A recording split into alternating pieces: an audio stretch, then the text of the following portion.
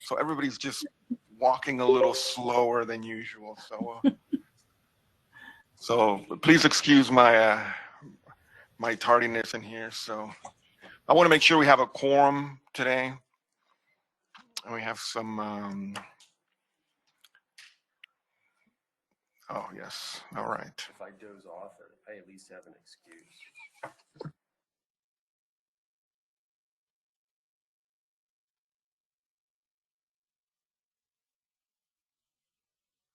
All right, as we're getting adjusted here, welcome everybody to our Region 12 San Antonio Region Flood Planning Group meeting.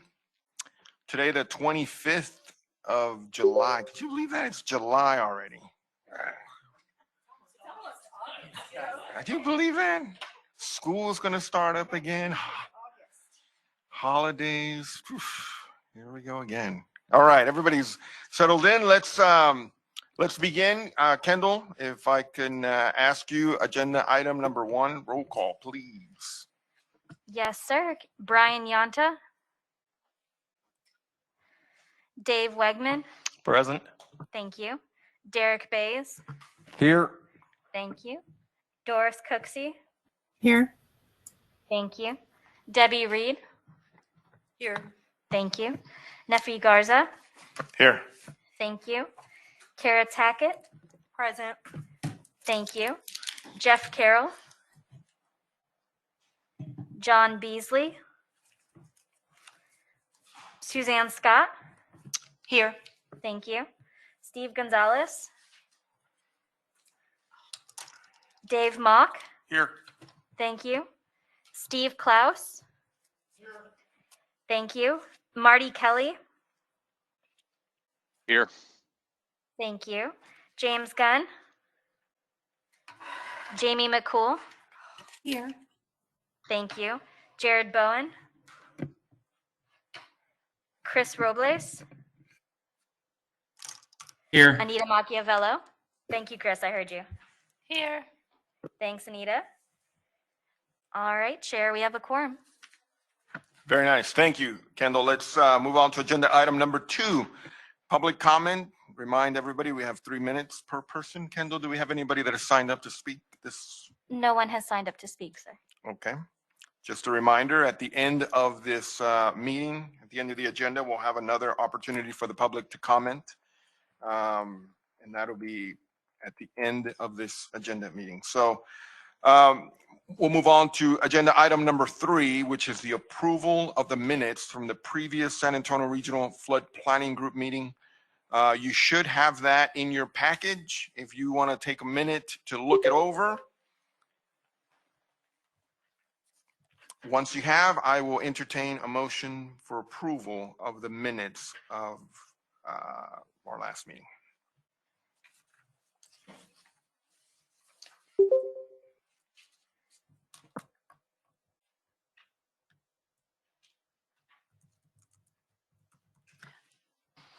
I'll make a motion for approval. Dave Wegman, second. Okay. Got a motion for approval and a second. Any discussion or comments? Hearing none. Let's vote. All in favor of approval of the minutes, please say aye. Aye. Any opposed? Item passes. Move on to agenda item number 4, which is communication from the Texas Water Development Board. And we are lucky today to have Anita in person here. So she has been, from what I understand, she's been on tour, traveling. So I'll let her kind of talk a little about that. So Anita, your time. So I don't have any specific updates. I just want to say I'm glad to be here in person supporting you all during this milestone of voting to approve the draft plan. As Chair Nefi mentioned, I am trying to meet all my regions, be there to show that support for myself and as someone from the agency. So thank you. Thank you, Anita. And once again, thank you for being here. I know during this process, we probably will have some questions for you. So just hang tight. Move on to item number 5, which is my report. I only have a couple items here. And really just to let you know that this meeting is essentially, we will be passing the draft regional flood plan. And we are on track to meet our August deliverable deadline. I want you guys to understand that, because as we're hearing other groups are getting their plan approved, we are on schedule. So please, we do have work to do, but we are on schedule right now. And a lot of kudos goes to each one of you that are taking the time to review, and also our consultant who is diligently pushing us to get things moving. So thank you, Ron and team. The second item is that draft regional plan is available online and will be updated on August 1st. So if you have not had an opportunity to go to see all the things that are online, please take the time to do that. There's quite a bit of information that is available, not only for the other regions, but particularly for our region. There's quite a bit of information there available online. So please make some time to look at that and become familiar with the information that is there. That's all I have today. And so we will go on to hear some reports and move on to agenda item number 6, which is an update from the Region 12 subcommittees. And we'll begin with the technical committee this time. Technical committee met last week, and the thing we talked about at length is exactly what's being discussed today. So no need to really rehash anything for the subcommittee report. Sounds good. Thank you, Derek. And nothing to report from the communications. They didn't meet this. You actually met last week before the meeting. Okay, very well. Let's move on to agenda item number 7, which we had previously postponed, but we are lucky enough today to hear and have Dave Mock here, who is going to talk to us about this low water crossing. So, David. Yeah, I checked it out a few times, so Kendall made fun of me, so now we have to do it. Basically, you're gonna run it, right? So go ahead. Yep. You go past that one, Kendall. Okay, here's the thing. I'm going to talk a little bit about the low water crossings, but I know we deal with flash floods. I know San Antonio does, but up there it is a big time contact sport. You're going to see why. And the low water crossings become a problem. When you look at the upper Medina watershed and you look at terrain up in here and you look at the soil, Group D dominates, very slow infiltration, high runoff. And in 1978, there's unconfirmed reports 51 inches of water hit here. David, I'm sorry, but for the purpose of those that are online, they can't hear you. So either you hold the mic up or walk around. I won't walk. There you go. Up in the northwest corner of Bandera County, the soils, they really don't exist. It's rock and it's steep. So we had 51 inches of rain, they believe fell 50 to 51 in that area in 78. You can keep going, Kendall. That's the other shed. And you can see there's the basin. It's a tight basin, but when we get a lot of rain, it's very fast runoff. Okay, now here, I'm not going to show you a bunch of pictures of low water crossings, but up in that region, like where I live in the northwest section, there's 4 low water crossings to get to my house. There's probably another 12 past that. And these water crossings get inundated, like the one on the right. And one of the things people don't ever think about is even after the water comes down, we have problems with debris and things like that. Some of these water crossings have stayed flooded for almost 4 to 5 months. And up in the areas of the western part of the county, when those water crossings are shut down, there's no other way out. People are stuck there. So we've literally had people that were stuck behind floodwaters in the past for several weeks. If you can imagine what that can do with like medicines, food, everything else. So that area, once it happens, it can stay up for quite a long time. Go ahead, Kendall. Now, this is a video the Water Development Board did. I'm just going to go ahead and play it because it shows the area pretty good. Times of flood. So important that throughout our state, we have early warning systems so that families and communities know what's coming and they can prepare. We actually are in Flash Flood Alley, And before Hurricane Harvey, the record was 1978 flood here in Bandera County, where we had unconfirmed reports of 50 inches of rain in the western end of the county. I was told that this river here, which is basically a stream, had the flow of the Mississippi during that flood. And traditionally, first responders had to go out and position themselves at some of the low water crossings to see the water levels so they can understand when it was time to shut down that low water crossing.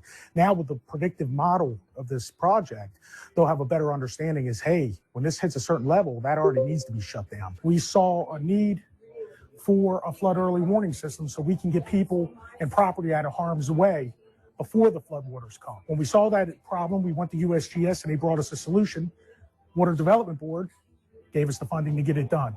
In Bandera, they're using real-time stream flow gauges in conjunction with flood inundation mapping to give emergency management the type of information they need to help the public to know when flooding is occurring ahead of time and be able to get out of harm's way. The flood inundation mapping are visual so that as you look at them, it's easy to see where the flooding will occur during different rainfall events. Throughout history, Uvalde County has had some tremendously great floods. Any given weekend during the months of summer months from Memorial Day to Labor Day, that period of time, our county population truly doubles because the influx of people that come in to the county, to the rivers, to enjoy the rivers, and we want them to come, but we want them to stay safe as well. In 2016, Uvalde County made an application to the Texas Water Development Board for a... Because I know we got a time restraint here today. That's one of the problems too out in the hill country area is that the low water crossings, we have tourists out there, they don't understand the situation out there. And on the weekends, we can't have population like double or even triple. And that's the Medina River in 2002, right at the town of Medina. Just go an idea of the hill country water is a feast or famine type deal. That's what it looks like now on the right again. And that's, of course, Medina Dam for anybody who was around here at that time. All right, Kendall. And that's just the different heights of where the water got to the dam. It almost got it. But as you can see, the dam, the lake almost goes dry at periods, but almost literally within a few days, it's come right back up. And that's how fast the flash floods will come down through that area. And that's another one of our low water crossings. And that actually is the reason that we've got a flood early warning system is that gauge out there, right there. Back in, I guess it was 2013, member USGS was looking at that gauge and saw that we had about a 17-foot pulse of water come through there in the middle of the night. He got in his vehicle and tried to warn the people in Bandera, but the phone system at the jail was down. So he drove out there and warned them. And because of that, they were able to get people out of RV parks. That guy's name's Larry Thomas. He was their data chief. He now works for us. He retired and came with us, and he runs our flood stuff. Okay, this one, I just want to give you a quick glimpse. So you just saw what that river looks like. And this is 78.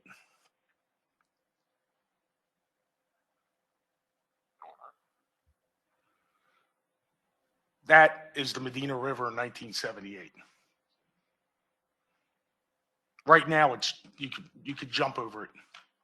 The Medina River is 500,000 cubic feet per second. And you think it was that high? That's what the USGS told me. It went, if you were ever to see all the pictures of that flood and see the high water marks, like at the top of cypress trees, you're like, it's amazing. All right, Kendall, that's a long video. So that was the genesis of why we need the flood early warning systems. And up there's so many different things that can happen. With the low water crossings, people can be trapped in there. People can be swept away. Before we had this, the sheriff's department had to put deputies out at the low water crossings and try to catch the water when it's coming to shut it down. Now we have travel times. We've got a good understanding of what's going to flood, and we can actually close roads before the water gets there. And that's, as you can see over to the right, that was the town of Bandera down. There's a strip mall if you've ever been there as you come in, and that's the Exxon there, and that was 2002. All right. of course, we monitor rainfall gauges. That's another thing that I think people need to understand. When you do these flood early warning systems, there's other benefits. We're monitoring rainfall, which then in turn helps us with the system, but then in turn helps us with addressing the aquifer and recharge. Okay, I think we got everything I wanted to hit you guys with, Kendall.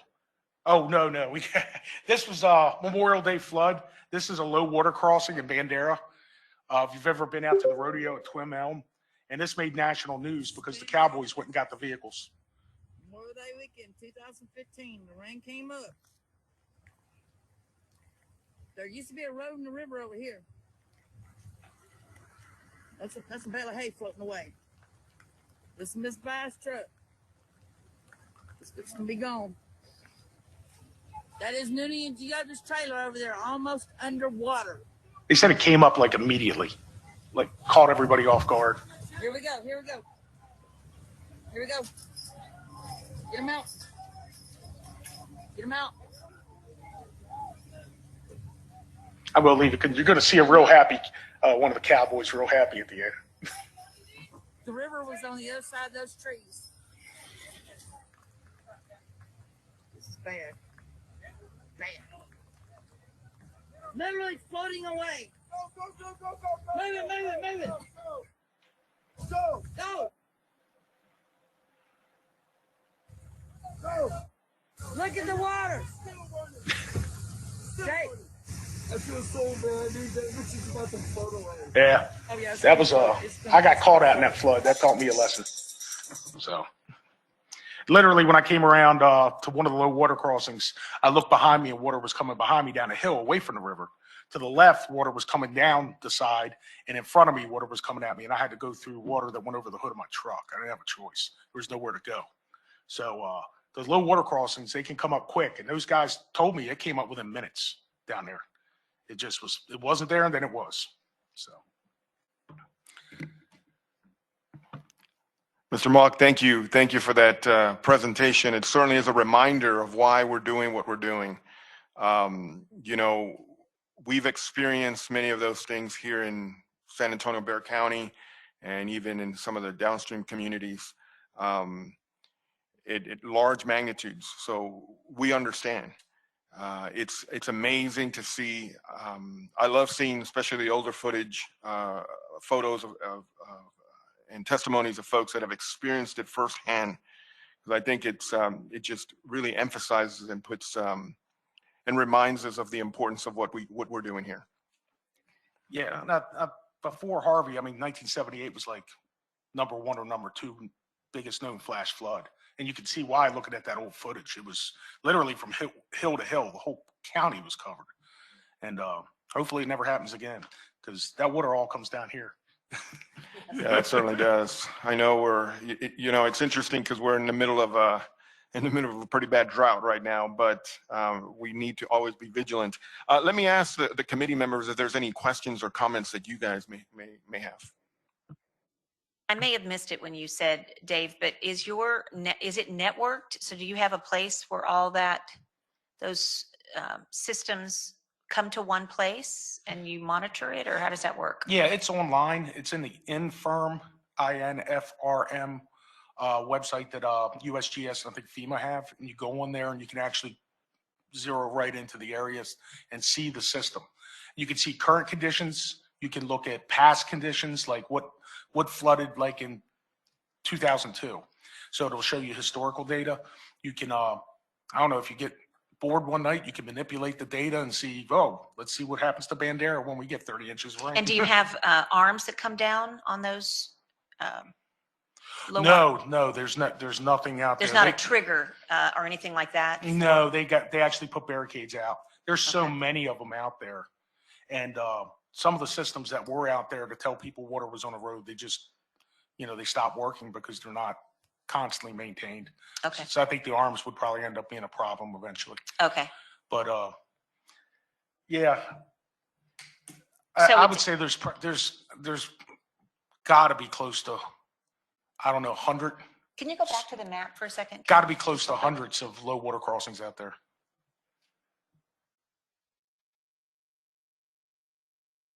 Okay, so that doesn't have where the locations are. You don't have a map of all the Oh, man. locations of the gauges. Oh, the gauges? Yeah, I didn't hear the USGS gauges. There's No, one- no, I mean your low water crossing. The low water crossing is done through the mapping. They modeled using the gauges and the data. They were able to model the study area. And because of that right there is the system. You can manipulate the system to see what's going to flood in the future. Not So- only what it's doing right now in real time, it can actually be, okay, we think we're going to go up to this stage height. You can put it in there and it'll start to show you what's going to flood. Oh, I see. Okay. Suzanne, it's similar to when, if you recall, when we were working together, Yeah. the pre-delineated Yes, floodplain, it's the yes. same thing that the USGS has done in other areas, Okay. and that's what this is. They've studied it ahead of time and mapped it. It said, when you receive, Yeah. X amount of feet, this is what the extent looks like, and that's Right. what this is. Okay, it's kind of like the book that we put together. That's correct. Okay, Yes, got sir. it. And they gave us a book too, in case something ever happens where it's down, an atlas. But they hadn't done this in Texas before. They said they did it in the Midwest. This is the first time they've done it. Now they're replicating it in the Savanaw. So they really put a big effort into it, and it came out well. And even give us travel times. Like we know now, like if a gauge at one area is up this high, how long is it going to go before it gets? So it's been extraordinary. Well, it hasn't rained, but when it rains, it's going to be very helpful. We'll be looking, Mr. Klaus. So I'll ask a question that I should know the answer to. That example makes us question, what is a low water crossing? Because there's a lot of examples there that prior to 78 would have never been thought about as low water crossings, but after 78 they were. What's the design standard? Are we doing a 100-year flood, a 500-year flood, a 2,000-year flood? What are we trying to achieve? Because there's a lot there that's probably outside our responsibility. That's a really good question, Mr. Klaus. I'll tell you that in the time that I've been doing this work, typically when you're dealing with TxDOT, which is some of the major roads, you're looking at a 25-year return interval design. Every now and then, especially when you get some of these major freeways, you may get a 100-year design, a 1% chance, annual chance. Within Bexar County, and I know when some of the counties downstream, many of the local code is written such that the infrastructure needs to be designed for, say, the 100-year. New development in most, I would say in most of the basin, I believe is also required by local code to have a 1% chance or a 100-year event. Now, I say that in quotes because here we just had an Atlas 14, a new update of rainfall totals that kind of changed things a little bit on us. But you bring up a really good question of what is a low water crossing, because something that was designed in the 80s for a 25-year today is probably considered more of a 5-year and gets inundated very, very often. So it's somewhat of a moving target, and it's a real challenge for us. But I'm really excited about communities like Bandera who's taken this challenge on and realize, hey, we need to do something about this. Yeah, so many of the road, I mean, out there when you look at them, they get inundated even, constantly inundated. Just how long they're going to stay up. Is it going to be 15 minutes or is it going to be 3 weeks? So it's a problem out there, and I don't see anybody coming in and spending millions and millions to raise, to redo them. I just don't think it's going to happen. So that's why we need the warning system. Certainly is a challenge. Any other questions or comments for Mr. Monk? If not, we will move on to our next agenda item. Thank you, Mr. Monk. Love the presentation.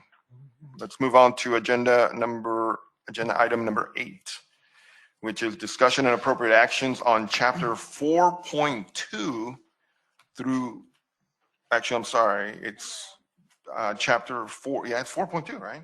Because we left out some things. 4.2 through chapters 10. So I'm going to turn the time over to our technical consultants here. So Thank you, you're Mr. up, Chair. guys. First item of business is that I propose that we're going to start on with chapter 5. We're going to start on all the new stuff and go through that first, and we'll come back and hit the remaining portion of chapter 4 at the end. So wanted to get into chapter 5. Chapter 5 is a big chapter. Chapter 5 is where the rubber really starts meeting the road here, where we start talking about it gets into all the FMEs, FMPs, and FMSs, and starts talking about how we got in there and, for lack of a better word, and analyzed them and sorted them and put them into their correct buckets, if you will. And this chapter is pretty straightforward in the information that we're providing. Provided a list of studies that we used for that. Talks about the different types of improvements that we looked at. Goes through our screening process that was adopted by you all before the technical memo, and then starts kind of as we get through, we start looking at the number of FMEs, FMPs, and FMSs. Currently, right now, again, this is a little bit of a snapshot for the most part. Chapter 5 is pretty complete. There may be a little bit of massaging that needs to be done with some of the numbers. We're still gathering. We're still meeting with the different entities and trying to gather as much information. The Water Development Board has made it clear to us they understand that we're going to, this is the draft, and we're going to still be collecting with our outreach and our stakeholders. We're just trying to get as much information as we can, and as those numbers keep coming in, we're adding those to the process as we go along. Trying to see what else I was wanting to talk about in here. Then you kind of get to the end, and 526, you start getting a list of the recommended FMPs. Again, this is where we stand at this time with the FMPs, and kind of gives you the location, and then we start rolling through the FMEs, FMSs. And Ron, it might be helpful just to summarize maybe by chapter what the technical committee focused on, any changes or discussions that were made. Okay. From this chapter, we discussed in the technical committee, this was the one that probably had the most holes still in it, because we were looking for the information. We were still gathering, compiling all that information. In chapter 5, didn't have a whole lot of comments and discussion. We had some back and forth discussion on chapter 5, but just kind of what we were planning to submit and what we were planning to fill in. And as the technical committee can see now, there's a lot more. The FMP, FME, and FMS tables are filled in. The locations of those projects are identified. And We don't have a list of the FMEs. sorry, is it not? Maybe. Yeah. They're on. That's what the full list of the FMEs is included in table 12.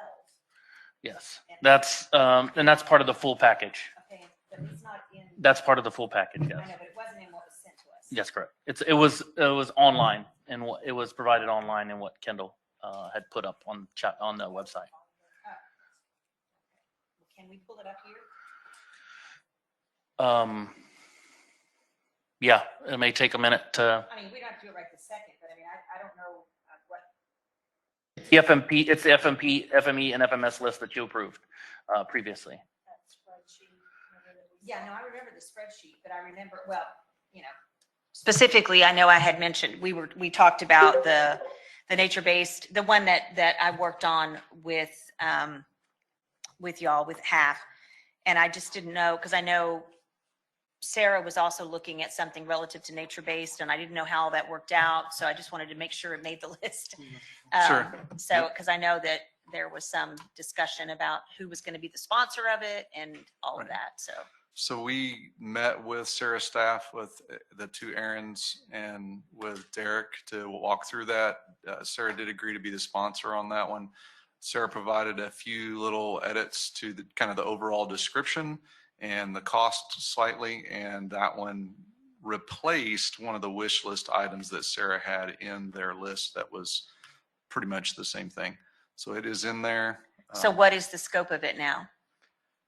It is pretty much the same scope that, it is the same scope effectively that was introduced last time, which is to study the entire basin, to leverage the work that the San Antonio River Authority has developed on their master plans in the past, and then leveraging any new additional modeling work that has been created and it's currently being created through SARA and the BLE efforts, and then to look at a broad range of nature-based benefits, basically to establish that baseline, which was one of the goals that we had, to establish the baseline of what are the current nature-based benefits that are out there now and the outcomes of both ecological and flood control benefits. But then are we going to be looking potentially at, areas where there could be more, or is that going to be another phase of That would be part of probably more focused on specific areas later on. I think when we had that discussion, we felt like we didn't know how we could apply it if we didn't know what the baseline was. So that was why the goal was set up to establish that baseline in the first 5-year timeframe. Okay. Now, as we've talked about, Texas Florida Development Board also has a process that they're going through right now to help with some guidance on nature-based solutions that Right. should be available in the next year or so, is what I understand. Mhm. Yep. I am not a part of that team, so I cannot speak on it. But I know James Bronikowski and Reen Zune will be sharing information as they receive it. But I'm personally not on that. The other I think thing, they're still negotiating the contract on that. the other thing I wanted to point out is that specifically on the FMEs, there was like 3 or 4 that were added from Kendall County after we voted on them. Those were the approved changes, and those are in there. But we have found probably 10 or 15 more that need to be added. So we're keeping a list of additional locations that need to be added to the list later on. Dave, did you get everything in that you wanted Bear County to get in? Well, Ron confirmed that they're in there. I haven't seen the list yet, so. Yes, Dave, they're in there. They're in the what? The As FMEs? FME, most of the ones that Dave did provide some that were, I believe, I'd have to go back and look in the.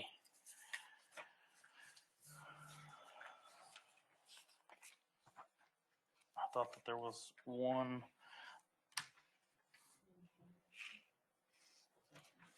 Well, yes, they were concluded in the FMEs. They were the studies that they're looking at. It was some additional low water crossings and additional study areas that they've had issues with in the past. And one of the inclusions in that was to look at take a bigger look into the unincorporated areas of Bear County, and so that was another FME. Question, will those help address the issues between Guadalupe County and Bear County around Cibolo area? Yeah, I think there was one that was focusing on all the county jurisdiction low water crossings at the Cibolo. So we have crossings at Comal, Kendall, Guadalupe. There's a whole mess of them.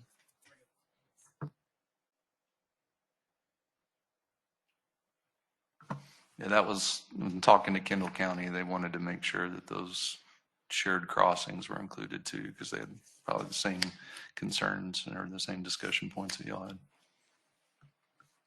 had. Ron, can you talk a little bit about the computational process to develop the BCA, the benefit cost analysis number that you see on many of these projects?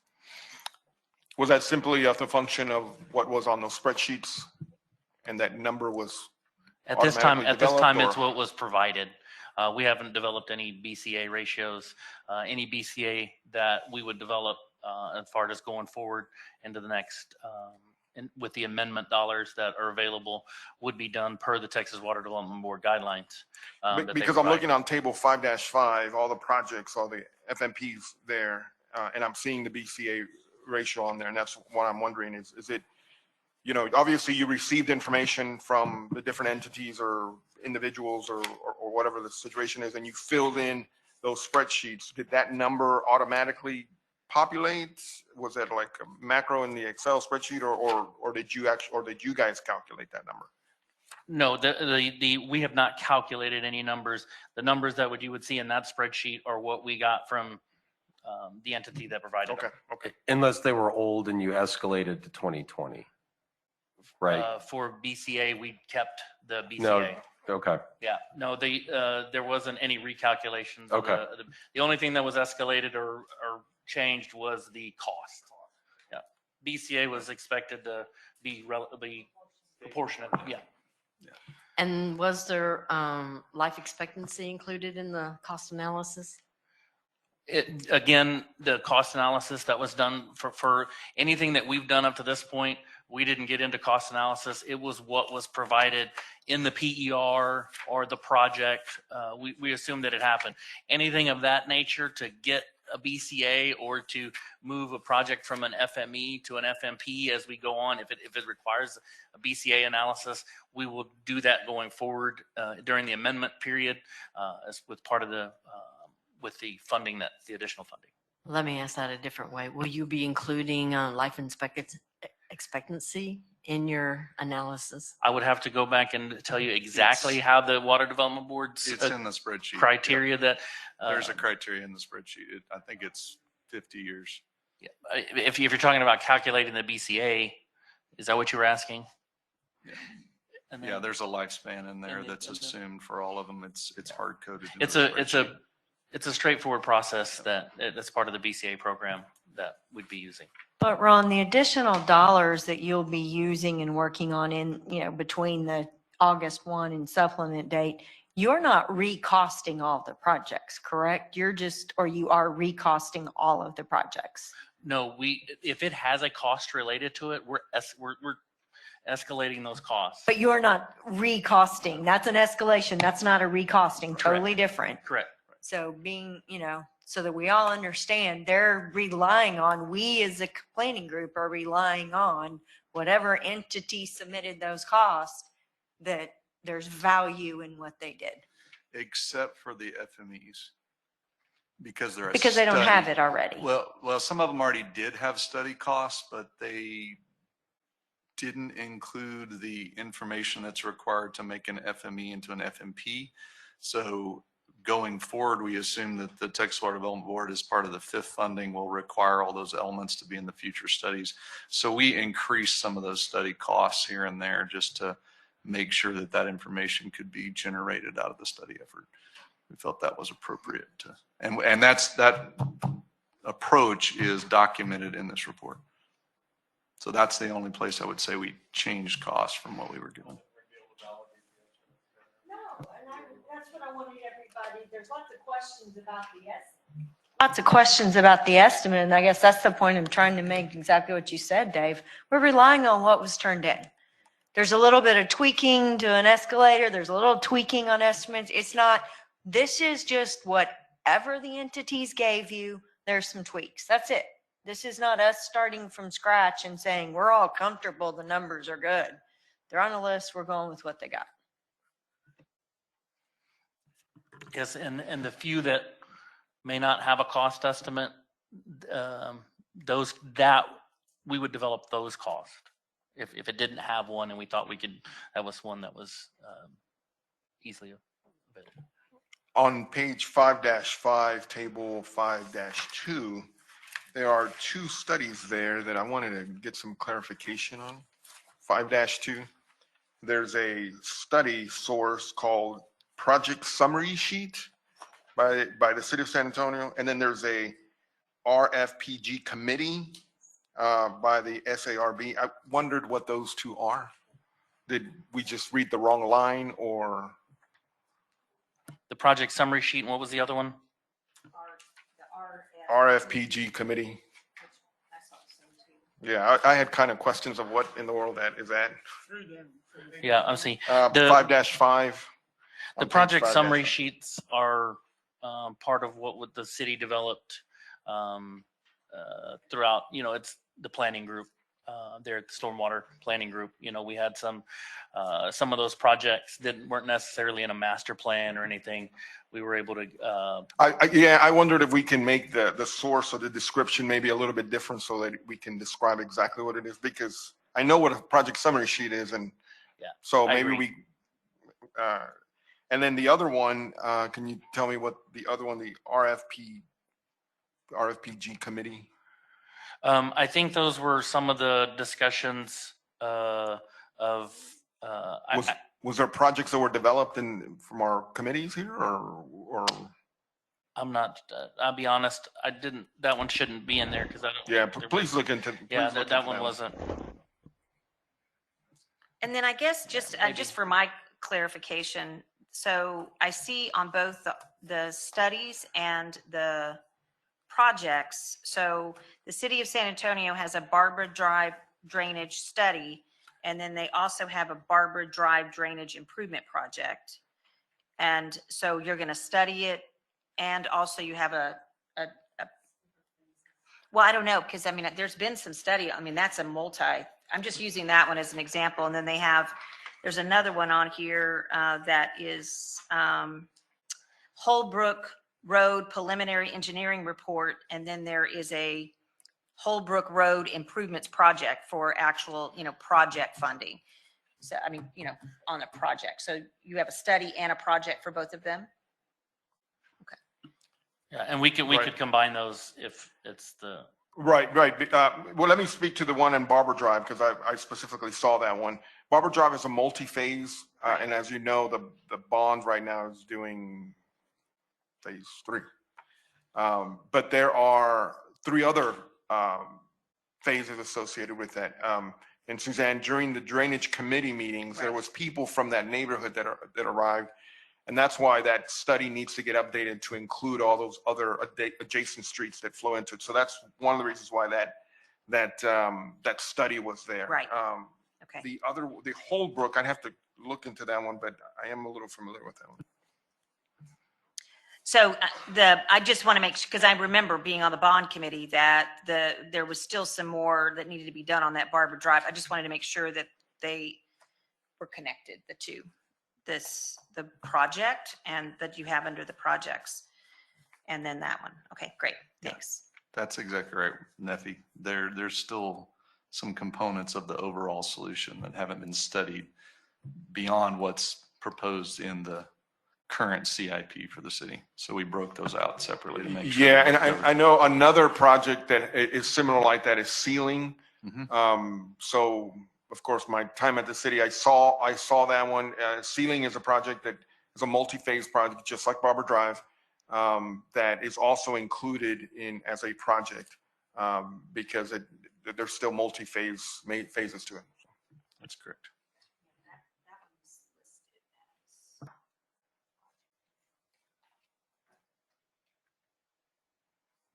Yeah, it's listed as a project, sealing drainage improvements on table 5-5.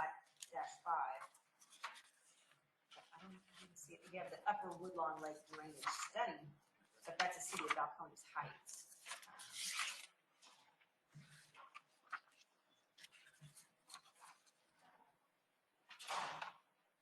Yeah, I think that should be a joint jurisdiction, both San Antonio and Balcones Heights, because it impacts immediately to San Antonio. And then Agree, Neffy. We'll make that update. Please. So I guess, and this is I know Kara keeps bringing this up every time because it's more valid every time I look at these lists, so Anita, we're assuming that these lists, these tables will be something that qualifies projects, studies, evaluations for funding at some point in the next round of whatever happens with this. And we don't know what that criteria is. Kara keeps bringing that up. So I just, what makes me nervous, and maybe I shouldn't worry about it, but it makes me nervous that if we don't have as comprehensive as a list here, then some of our cities or our known projects that we know need to be funded won't be able to be qualified in this next round because they're not here. And I worry, is that going to, are we inadvertently disqualifying some of our cities to get access to funding because we don't have them here? And that worries me.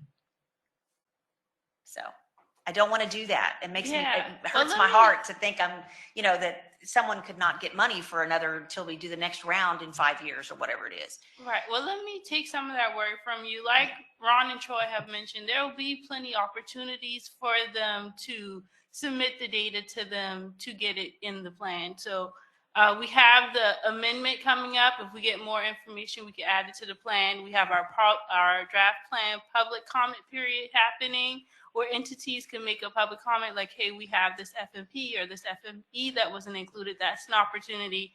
And then after the amended final regional flood plan is done, you all can do other amendments. There'll be a whole amendment process for that as well. So there'll be plenty of opportunities, definitely now and, throughout this first cycle where they can contribute before the second cycle begins. Mm-hmm. You have her on record as saying that. Anyone that's listening, you have make me sure on record. That's on the record. Because I just, this is so important, especially because we don't know. I mean, if there's funding available, I just want to make sure that these communities I know who desperately need this money have the access to it. If we just have, this has been a rushed process. I don't think anyone's faulting the consultants. You're trying to gather a bunch of stuff from people who don't respond. I understand it's been a challenge. But if we can have some grace in this first round to understand that we may have more amendments and more changes just to make sure that communities are able to access money if it becomes available. No, that's a good point. What kind of time frame do communities have if they want to supplement and put something in here? If they make a comment during the draft plan, we can update the final plan. If we get public comment, which is due in January. Yeah, and then David, there's an amendment period that goes to July. I don't know the exact date in July. I think it's mid-July, I want to say, or 1st of July. But there is until July, and that's the time frame where we will be looking to what we can do to help make more of these FMEs, FMPs, and if we get anything more in from the communities. And I think this everything has been like, this is where the rubber meets the road when we actually start putting these chapters together and people say, well, here's what we're going to recommend. And then we're going to get, well, where's my project? I haven't talked to you about my project. And so hopefully that, I don't know, the public shaming almost with not having the project in there will be, it is, Susanna's totally right. We don't want to leave someone out, right? That's the last thing we want to do. We've been doing our best to contact everybody, talk to everybody, get everything we can in there. So rest assured that we've met with the Water Development Board has given us clear direction that we will be able to add projects all the way up until the amendment in July. But I would push for the public comment period. I wouldn't wait for the amendment. So for all the stakeholders, the contacts that everybody has, now's the time. Don't wait till July next year. Get it in this round. But I know that, it takes a whole bunch of people to try to nudge some of these entities to, put their projects forward. But now is the time to get it into the public comment. Yeah, I'm going to talk with the city of Banderas. In the rural areas, they necessarily didn't have the funding, so they necessarily didn't start developing projects. So when you're dealing with San Antonio, you guys are very proactive. You got more money. You already had projects in the works. It was easy to put them in here. But David, please remember that even if there isn't a study, you can put it in as an FME and we do have several. We do have several. All we need is a problem area. Where is there a problem? And include that in the list, and a study could be developed to eventually come up with a project. I think that's what's important here, is that we identify what are the problem areas, and in this whole time, I've been so focused on, the area that I'm kind of looking at, that I'm thinking, I happen to know that there's a couple of other projects that are not on the list. For example, the city of Alamo Heights. Did the city of Alamo Heights provide anything? Because I know there's some serious concerns there. And I know they're taking their own steps towards it, but I don't see them on this list. And there's other communities that are kind of the same thing, knowing the flood extent. And certainly, I think it's something that we, as committee members, need to do some outreach. Yeah, we have a whole list of cities that said they were going to get information back to us that we never received. And so we are going to use this draft as an opportunity to go visit with them and ask them where they'd like those projects put in here. Because now that we have something tangible to sit down and visit with them with, it'll be helpful to walk through what we need from them and show them where it fits and why it's really important to get in here so they can get funded. And just to make sure I understand, so say Alamo Heights could make a public comment between now and January or August the 1st and January, and then have that project submitted. Got it. Yes, so please encourage people to make public comments so that we can get those in between now and January. Are these public comments going to be in a meeting, or are they just submitted to you as a comment? So, yeah. Yeah, because I'm going to Yeah. have a. There's both. We have a meeting that we have to have an official meeting. Okay. So we are going to have an official meeting, but we are going to take comments online throughout the whole process. You didn't hear anything from the city of Bandera? Yes, we have FMEs in there for the city of Bandera and Bandera County. Okay, good. I know we had said some stuff to you, but I want to make sure. Yeah, and 'Cause sometimes I have to herd a little bit. yeah, all of the ones there were studies to determine known problem areas, known issues, and we incorporated those in and got them in as studies. All right, thanks.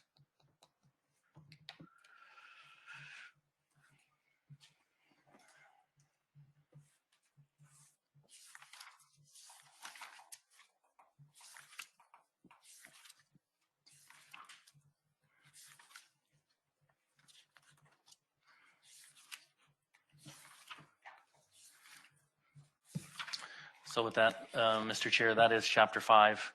That is, so essentially, it's the FMPs, and FMSs that were approved here with the changes that were recommended and asked us to include. And this is just a summary of that process. And we'll make a couple of changes that were made in that. So I may have missed the discussion. I think you were discussing this with Suzanne, but we don't have the listing of the FMEs. Did you say that's going to be on a separate table, or? it is in a table it's in the table required. Got it. But it's not in this chapter. It's it'll be in an appendix. It's not in the draft you have. No, it's not in this one. No, it's not. But what I'm saying is the list of it will not be listed in chapter 5. That is correct. Is there a reason why? That was it's a required table, and it's 168 of them. I mean, okay. So it's a big table, in other words. Oh, okay. Yeah. That was okay. And okay, that makes sense. one of the if notes, the board said that. one of the notes on the draft plan that's on the website, we will be shortening it quite considerably. One of the things that I found after we submitted on Friday was the first table 1, is a summary of infrastructure. There's thousands and thousands of lines in that table. And in one of the last correspondence from the Water Development Board, they asked for a summary of that table. So we will be, I don't think they wanted to, I mean, literally, I think that table may be 1,000 pages. So, or 2,000 pages long. So we're just going to be providing a summary. So what's online will be considerably shorter for your review the next time. So it won't be so. And this is it just occurred to me, if we have done the effort of collecting all that information, and obviously the board now wants a summary, which makes sense. I mean, who wants to look through thousands of pages and print that sucker up? But I still think that information is valuable. Are we going to archive that and store that somewhere? Because we're uploading the geodatabase. That's an incredible snapshot in time of the infrastructure that our region has. I think it's important that we document it, and even though we're not going to publish it in that form, I think we need to still have it available, and on the final deliverable have that in some digital form, because I think it's valuable information. It's part of our digital upload that's required for all the regions are going to have to do it. So Water Development Board is going to be storing a lot of information for all the regions. Yeah. It's all the infrastructure. So pretty much all the tables in the entire report, there's a geodatabase behind that we actually filled out first, and then it's exported into the table for the report. So all that geodatabase information is being captured consistently across the state. And I assume at some point will become part of the TDIS or one of the other systems it'll be shared with anybody across the state. Lots, yeah, that's the part that we aren't printing out either, because that would be probably 5,000 pages if we printed it out. Any additional questions on chapter 5? If not, can we move on to the next one? Chapter 6, thank you. Chapter 6 has two big components to it.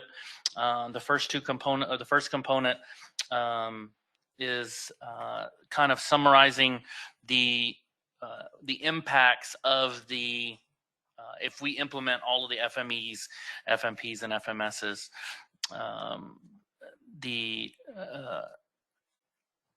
And so what you have here is a summary of that and what we're required by the Water Development Board to provide. So we have, as you can see in the table, we do have a couple of holes left, and I'll explain the reduction in existing impacted area. That's a tough number to get. We have project areas, but we have existing floodplains, but we don't necessarily have proposed floodplains for all of the projects, FMEs, FMPs, and FMSs. So right now we're having to go back and try to estimate with these projects how much floodplain would be removed.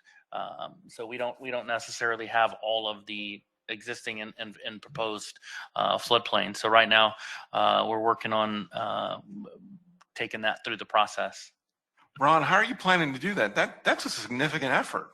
It is. And I mean, because I'm thinking if I have a project, an FMP, if I have a project that I've developed, I should have that. I should have what the new floodplain looks like. On FMEs or, that's a significant challenge. Yeah, how are you supposed to do that? So Neffy, I think probably the most appropriate answer for that is yes, we're working on that. And we're going to do our due diligence to make the best effort as we go through on this plan. But I think that's part of where the rubber really is going to meet the road in the next, when we update this thing is when we get into all because, right, I mean, this number is going to be in flux because anytime we make an additional FME, an additional FMS, an FM, change one to an FMP, right? We're going to have, it's going to be constantly, that number will be constantly changing. So, but once we get into the next round, we're digging in and we're actually having to, get into the models and verifying that we have models for everything, because right now we may not necessarily have models for everything. We may just have a PER that says, hey, we have because the PER can be suffice for no downstream impacts. If in there it says I don't have downstream impacts. So we may not have the model yet for everywhere. And so that's the complicated part to know, there's several of these that we're both familiar with that, either that we've done or we've been part of, that we can go in there and we can pull and say this many structures are removed from the floodplain because it's in the PER. And so we can pull those numbers. But, and there's a few projects that drive the majority of the FMPs. And for the committee, one of the reasons why I'm very interested in this is because, we were having the discussion earlier about, I too feel bad of not having all the projects in place, but this analysis is going to be able to point to us where those gaps are. Because City of Bernie, City of Boverde, they've submitted their projects and we see that flood reduction. With that, we'll be able to see where there are gaps, where there are areas that have not been captured. So I thought this is an important exercise.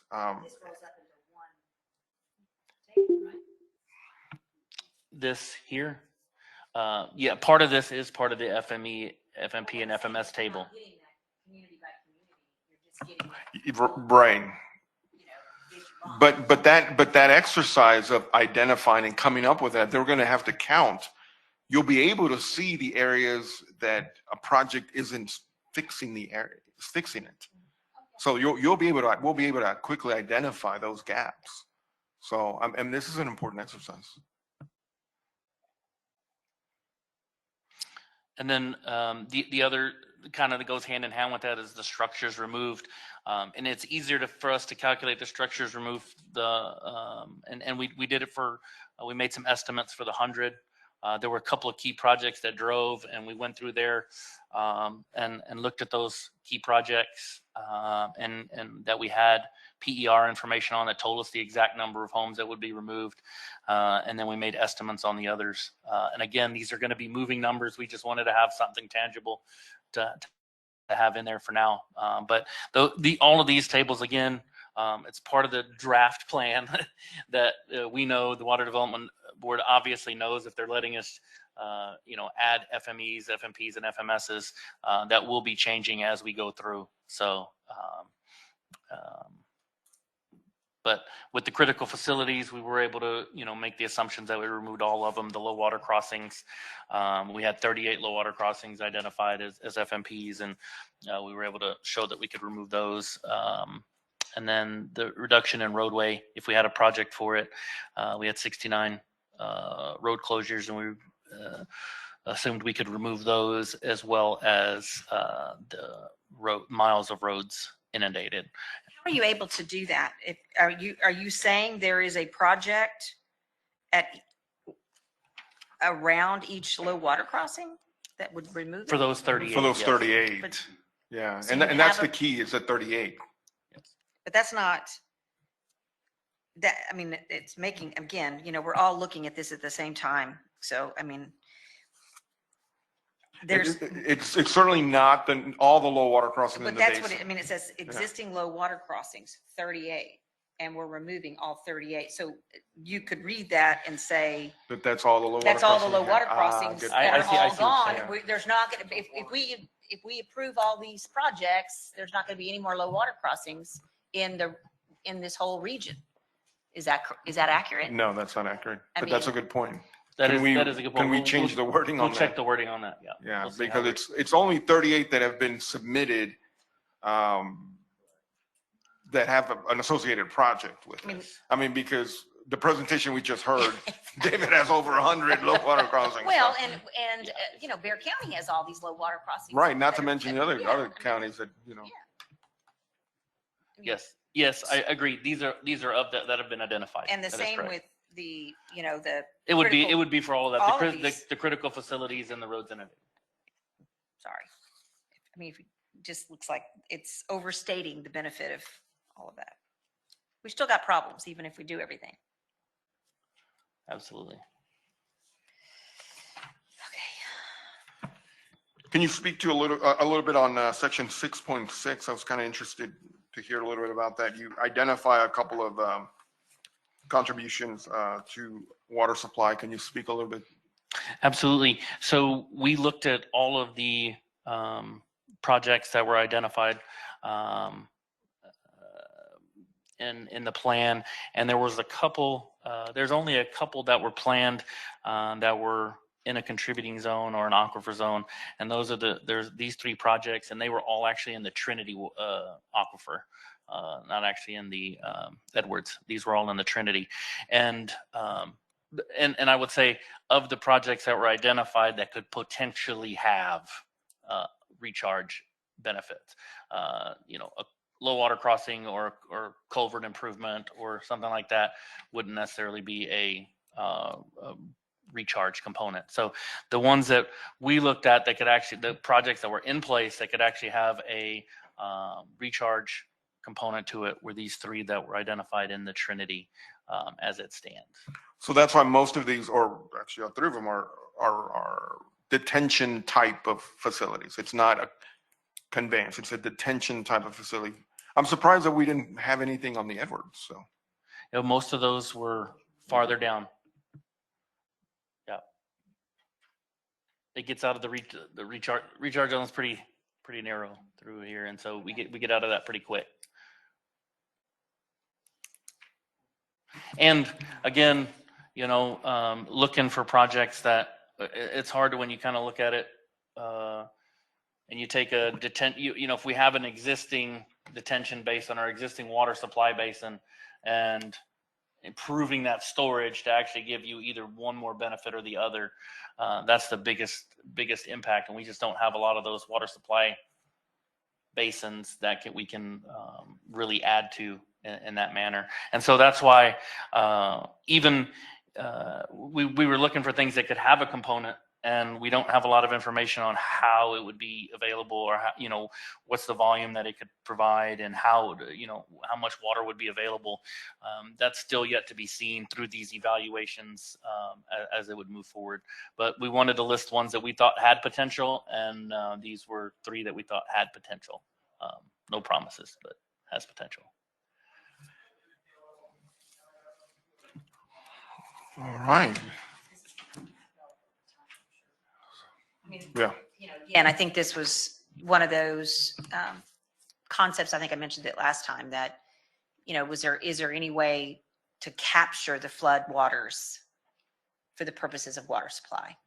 And we're not really prepared. I mean, we haven't had the opportunity to get that far to even think about those multiple benefits. I mean, we're just trying to capture what's So there to now. be But I think clear, we will maybe next time we can spend more time thinking about that. But that was one of the ideas that came up when all this was being talked about, was people were seeing all of that water, they were seeing all that flooding in Harris County, right? And all these places that flooded with Harvey.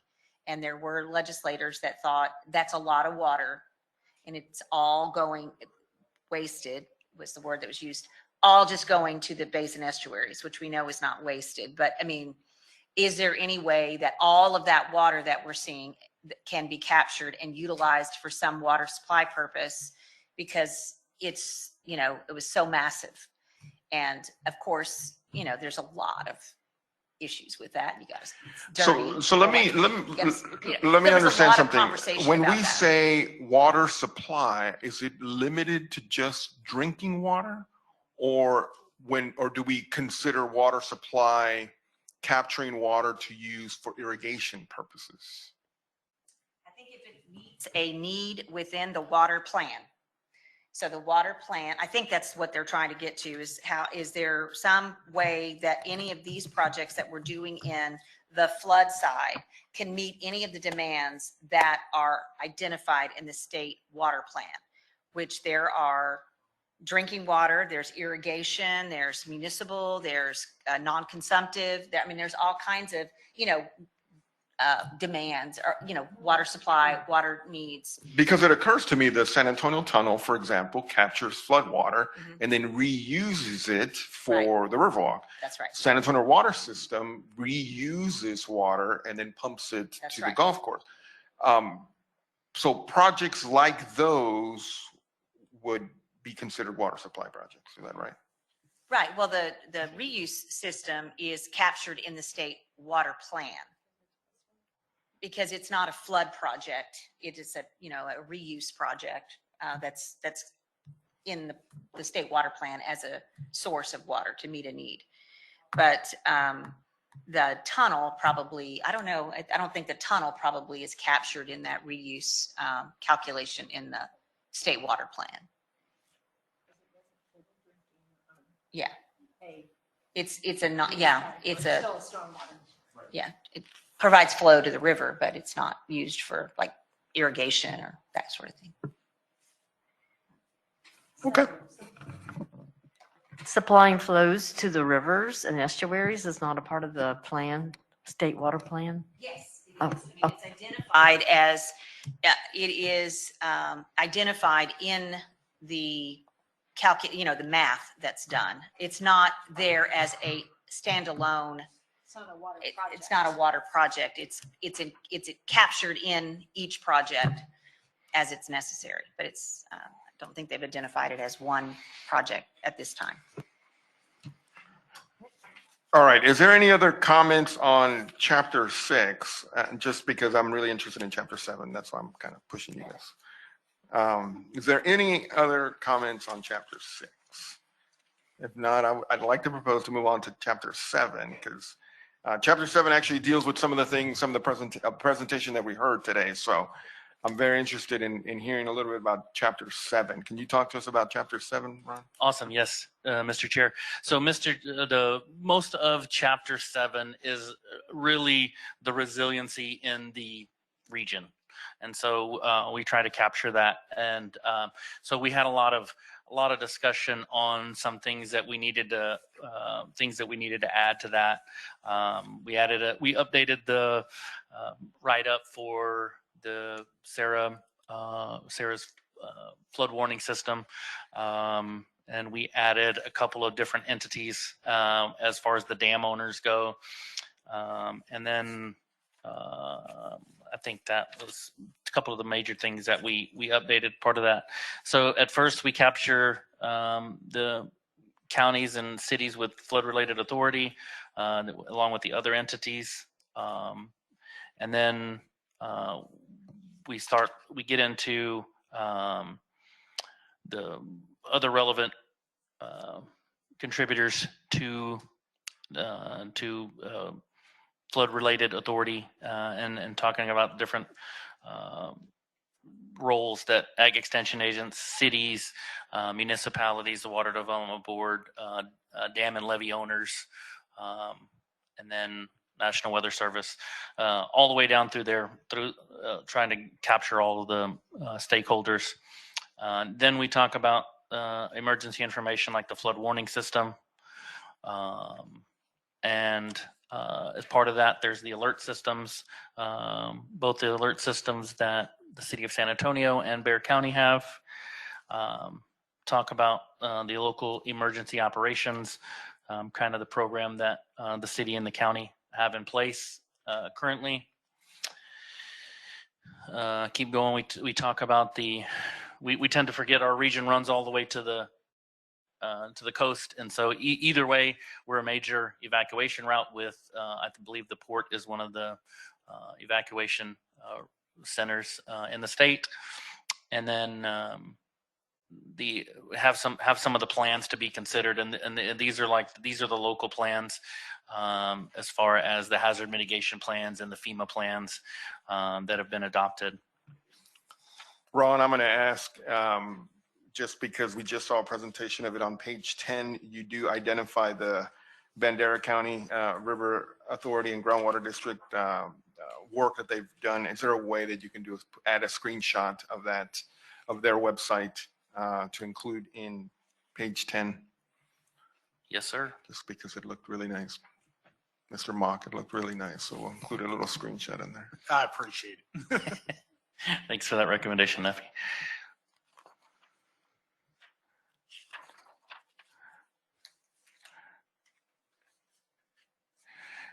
Then we talk about some of the drainage master plans that we've collected throughout the region. Ron, sorry, just a step back on the hazard mitigation plan. What database did you use to capture that? Because I'm seeing you have a status of needs updates or just updated or will be updating, or what was your source of that? Did you actually collect every hazard mitigation plan? You did. Oh, nice. Okay. Right. Yeah, there's not a database really out there. We went and searched and gathered from most of the counties, and we got those provided. And Ron, on some of the ones that need an update, were they submitted in this round for updating? The adoption date was there. Don't know really with the last round. Don't know if they were in the process of submitting or anything like that. Don't necessarily know all of those. We just know the adoption date, and if it was outside of just anything recent, outside of 2020, within the last couple of years, we recommended it as needs updating. I don't think, but. Let me just add that hazard mitigation has been, I know for the city of San Antonio, has been something that they've really been focusing on, because through grants and funding opportunities through FEMA, just like this program at the state level, hazard mitigation at the federal level, projects need to be included in a hazard mitigation plan in order to get funding, just like our work that we're doing here. So this hazard mitigation for many of the cities has become San Antonio didn't really pay too much attention of it until we had these flood events and even the snow event that came around that helped the city identify, and in working with San Antonio Water Systems and well as City Public Service, identified projects and has done a strong effort to try and update their hazard mitigation plan. And that's why I was curious, because it's a good source of information of what are some of the serious needs of our community. So that's why I'm very happy that you guys collected that information. So where is that reflected with the city of San Antonio's hazardous mitigation plan? That's in the Alamo area cog. So it's included in the Alamo area COG. It's not their own plan? No, it's a joint plan between the city and the county. So that was updated in 2012? Is that, you would say was the last date? No, that's been, it was updated, I want to say last year. That is the city of San Antonio's plan was updated last year, and they were in the process of updating it again. I think it's due for update next year. But that's the San Antonio one. If it rolls up to Alamo Area Council of Governments plan, then that might have a different timeline, but please look into that. And I know Bear County is identified separately here.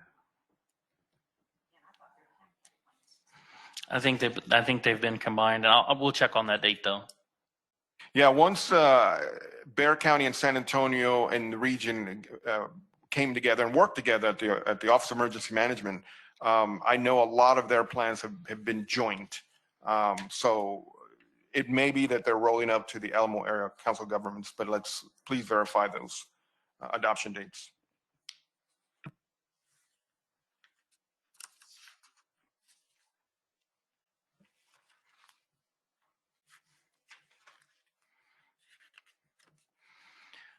Again, moving along, then we talk about some of the drainage master plans that we collected from the communities, as well as the master plans that Sarah developed.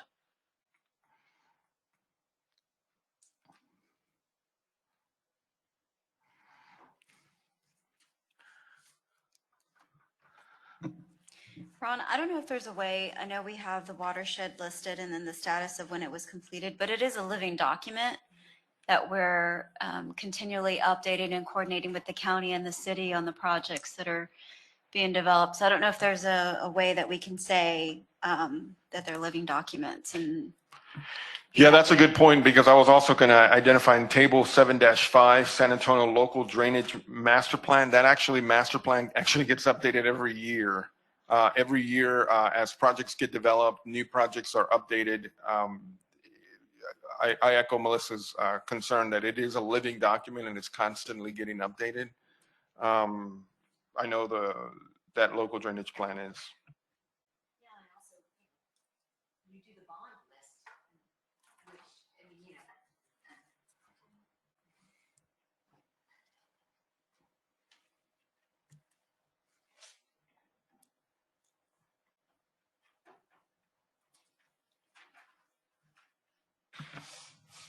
Another question for you, Ron, on table 7-8, which is information on the dams. There wasn't any interest or there wasn't any need to identify which dams have emergency action plans associated with it, or is that just something that we have in the background? Or because having an active and emergency action plan registered with the state, I think it's an important component to our flood control. So if you're in an area that you are, say you're downstream of Medina Lake Dam, it's important that we understand what that inundation would be if ever, God forbid, something were to happen to that structure or any structure that exists. And I happen to know that database, the TCEQ does a good job of keeping that database and identifying, is it a high hazard? Is it a low hazard?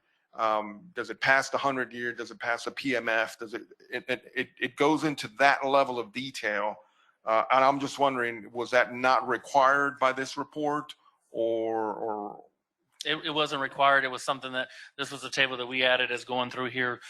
If we think that, I'll go back, Neffy, and see if there's an easy way to add the identify which dams have EAPs. That makes sense. We'll go through and try to find that. Because I think if there is a particular structure, and I'm kind of looking to those that own some of these structures, if there is a structure that doesn't have an EAP or doesn't have this emergency action plan laid out, which I think we all should, but if for whatever reason we don't, that may be a study that we may need to do. So, and I don't know, the River Authority is not the only owners of dams. This is Doris. All high hazard dams are required by law to have an emergency action plan. That's correct, Doris. You're absolutely right. But there are some smaller structures. Smaller, yeah. There's medium and small. Yeah, that I'm a little concerned that we need to make sure that those are included. Yeah, I think wasn't there some legislation that river authorities now have to have action plans for their dams? Seems like that was something real recent. And I would think they would be medium, maybe. We have for ours. I don't know about legislation, but. Yeah. Well, and I know last time when we were looking at the previous chapters, we talked about the one that, the dams that meet the state standards. I guess that was in another chapter, and now they're listed here again. And y'all were going to look to make sure that, the dams meet the standard. And then this sentence above says, as shown in 7.8, there are numerous dams located in the SAFPR that introduce risk for a significant number of properties and critical infrastructure, or should that be that reduce risk? Well, I guess that was, we can reword that to be a little bit more sensitive, but that just having that high hazard dam increases risk, right? Just the fact that there's that dam there is increased risk with that dam. So, just saying that it provides risk within the basin. So you're kind of saying, I get what you're saying. It does reduce risk, but the fact that it's there. I think there's just got to be a better way to phrase it, because we're playing with semantics, but it's kind of funky. Yeah, I mean. Because I see your point, but it also protects. It can protect, because you see on Medina Lake, you see like it goes empty and then all of a sudden fills up because it caught a lot of stormwater that would have been going downstream. Yeah, I mean, I think that would raise the question, then why do we have all these dams? I mean, they provide protection. I mean, we've mentioned that quite a bit already. But I mean, I guess it was saying there's an emergency action plan for a reason. So, and that's what this is talking about, the emergency action plan. We just have to wordsmith it because if you, from the technical definition of risk, having a structure that holds that much water, there is a certain level of risk. But you're absolutely right that it provides protection and it helps the community, but there is a certain risk. But we just have to, I think, phrase it correctly. As Derek called it, it's a little funky, technical term.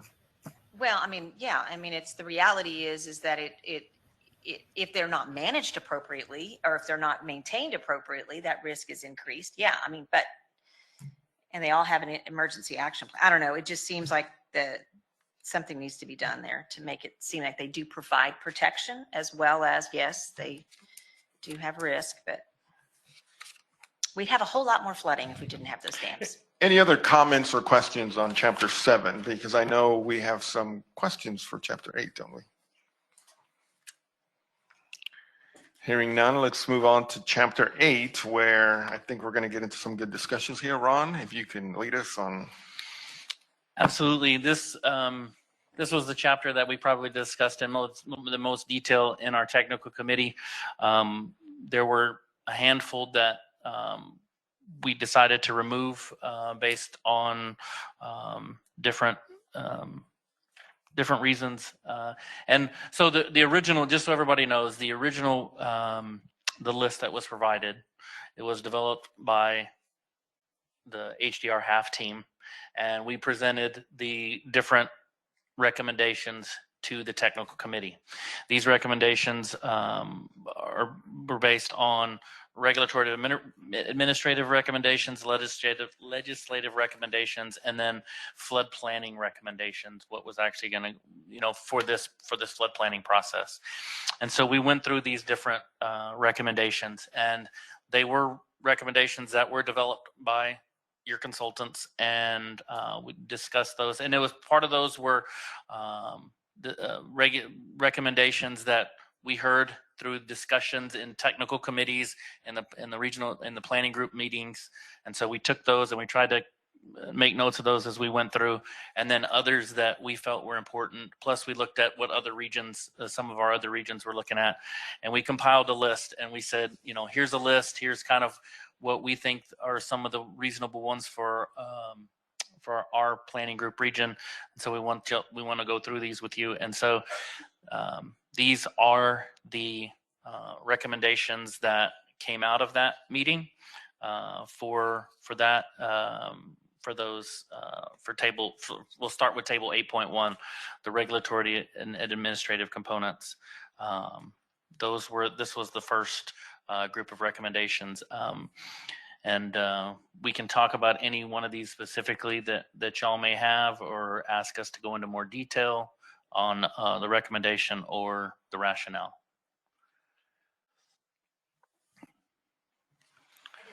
Questions. Absolutely.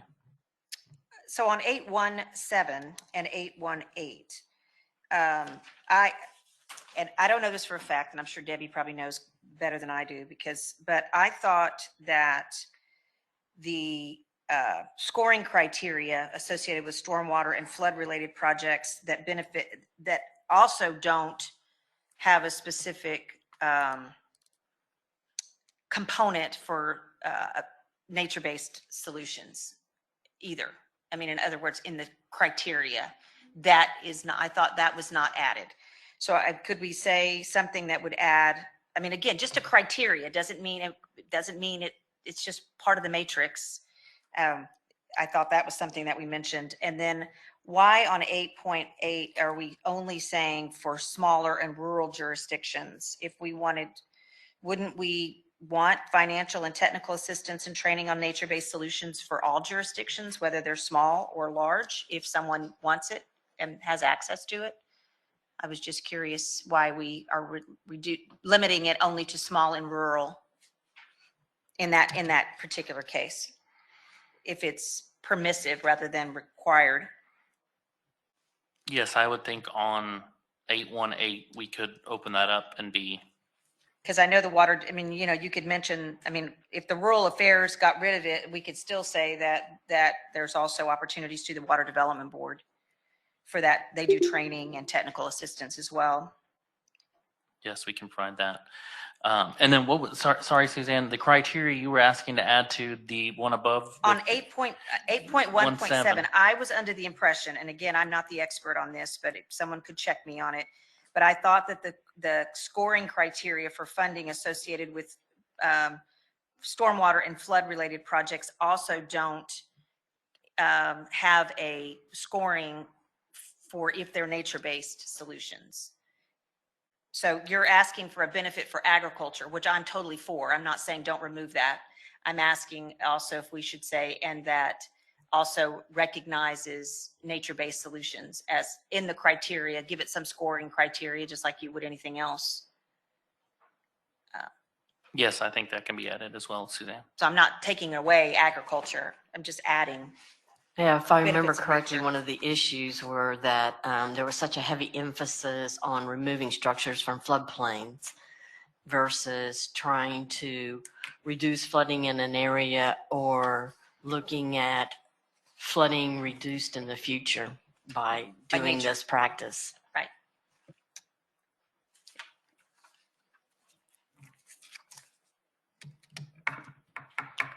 I am glad to see 8.1.10. I know we had some discussions about the goal, our stated goals and what Yes, thank the you. result of that. That's a good I'm addition. glad to see that one too. Sorry, can we circle back to 8.1.8 real quick? The idea behind that one, just for clarification, was that it's often difficult for smaller communities to even implement a project at all, just because they don't have staff, they don't have, even if they can win a grant, they still struggle to implement a project. So this one specifically was intended to focus on those smaller communities. We can reword it to try to incorporate both, but I think what we don't want to lose is that there is a gap in Texas that we need to come up with a solution to help those smaller communities implement. From projects. a technical perspective, as far as having staff to Programmatically, But contracting. But that's for everything, not just nature-based solutions. That is correct. This is specifically about nature-based That is solutions. correct. So And that's yes, what- I totally agree. There needs to be more resources for. What a better solution would be to add an additional recommendation I for. think so, to split those two. Yep. To leave the emphasis on the small rural for nature base, and then having For all projects. a second one that deals with everybody. Yeah, as I was just going to suggest too. Yeah, It 'cause I looks mean, like we left out an 8.1.9 anyway, so we'll just fill that one in. Yeah, because I think that the rural communities absolutely need assistance in technical assistance to get any project done, whether it's nature-based or traditional. Yeah, Anything. and that's what we're seeing across multiple regions. Is it's not just about the money in these smaller communities. It's about Totally just capacity to hire a consultant, to oversee a contractor, to actually get a project implemented. So Totally agree. Okay. I just was focused on the nature-based part that was Yeah, just sure. for the rural, and I didn't I like the understand idea that. of splitting it. I think that's a good solution. Sorry about that for taking us backwards. So again, those were our recommendations. If you have any others that you would like to see that went into that, please let us know now. And I know this is putting you on the spot and saying, hey, what else can you come up with? But if you think of something as we go through with this, as we go through today, that you can think of something that needs. Well, and there is the public comment process too. And there's the public comment process as well. Yes. So on that one about the goal tracking, which I'm glad that was captured here,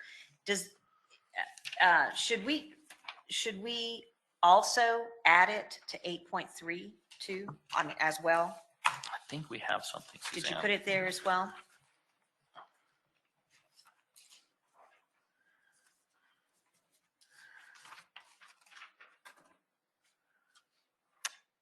Maybe not. We added 2 at the end of that one, but we can make sense that we could add it to Just here in as well. case you double Yep. put it.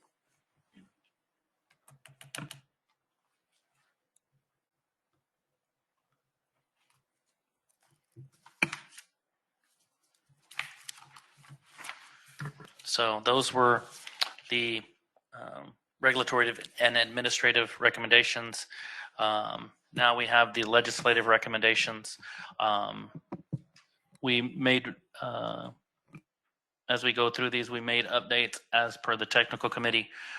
The one that we did leave the same was the one we probably had the most discussion on, was 8.2.8 and 8.2.9 regarding the county's role in establishing utilities fees in unincorporated areas and granting counties additional authority to plan with land use. There was a lot of discussion and a lot of different feedback, and kind of the idea is this was a bigger conversation than just the technical committee, so we wanted to bring it in front of the planning group to discuss. But kind of the gist, I think the strong feeling behind the technical committee was that these two were a little bit too open, and the fact that it allowed for more than just providing land use in unincorporated areas to kind of anywhere. It wasn't strongly enough worded to removing the authority to remove or to manage flood mitigation in the existing floodplain and managing development in the existing development. And so I don't know, Dave or Kara or Derek, they were all on the technical committee, and we've had these conversations. If y'all wanted to add anything on your thoughts, because I know everybody, we had this discussion in a lot of detail. Well, I'm happy to jump in because no surprise to many, I was one of the ones that raised the concern right off the bat. You know, anytime in Texas you start talking about giving land use authority to counties, red flags go up legislatively, development, communities. You know, it's kind of the third rail in a lot of ways at the legislature. And so, I felt like I've struggled with chapter 8 in that we as a group have not had conversations about what we wanted here until we saw a draft of the technical committee. There are some items that have come up in conversations that made their way in here, but we haven't collectively in any committee or in the full group said, hey, what are our priorities? And I feel like this list as a whole doesn't necessarily show a priority. Some of these tables, the last one might be something we think is more important, and that's not really incorporated. And we certainly haven't done any outreach on something that said, hey, let's put a recommendation that says, let's go for new regulations and county authority. Counties today have the authority to regulate the floodplain and what's in the floodplain. And some do a good job. As Jeff Carroll said at the last meeting, some definitely manipulate that ability, and some just really don't do anything with it at all. And so we've already got some authorities there. This, in the intent of this, and I've seen this wording in others, but we have 13 legislative requirements. When I go to look at some of the other plans, San Jacinto, aka Houston, has 4 legislative recommendations. Some of the groups have really, Lower Colorado, Lavaca, that's Austin, has taken 8. Upper Trinity has done 8. They've really come in and said, what is the most important bang for our buck? Because getting any of these accomplished will be next to none. Other than committing dollars. And so they've really done that. So I struggle with, we're putting big items like, hey, let's suggest regulations for land use in a document that we haven't vetted. We haven't, have we sat down and talked with counties and cities in our area? We haven't had any public stakeholder conversations or done any outreach. And it's I would rather a plan come forward from us and the groups as a whole, that all the organizations out there are on the same page saying we support, not, hey, you legislator, we have issues with these recommendations in the plans, and get much more consensus behind where we're at than struggling with language that's so open-ended that says, hey, counties should get to regulate in flood-prone areas, which is going to be at the discretion of counties to figure that out.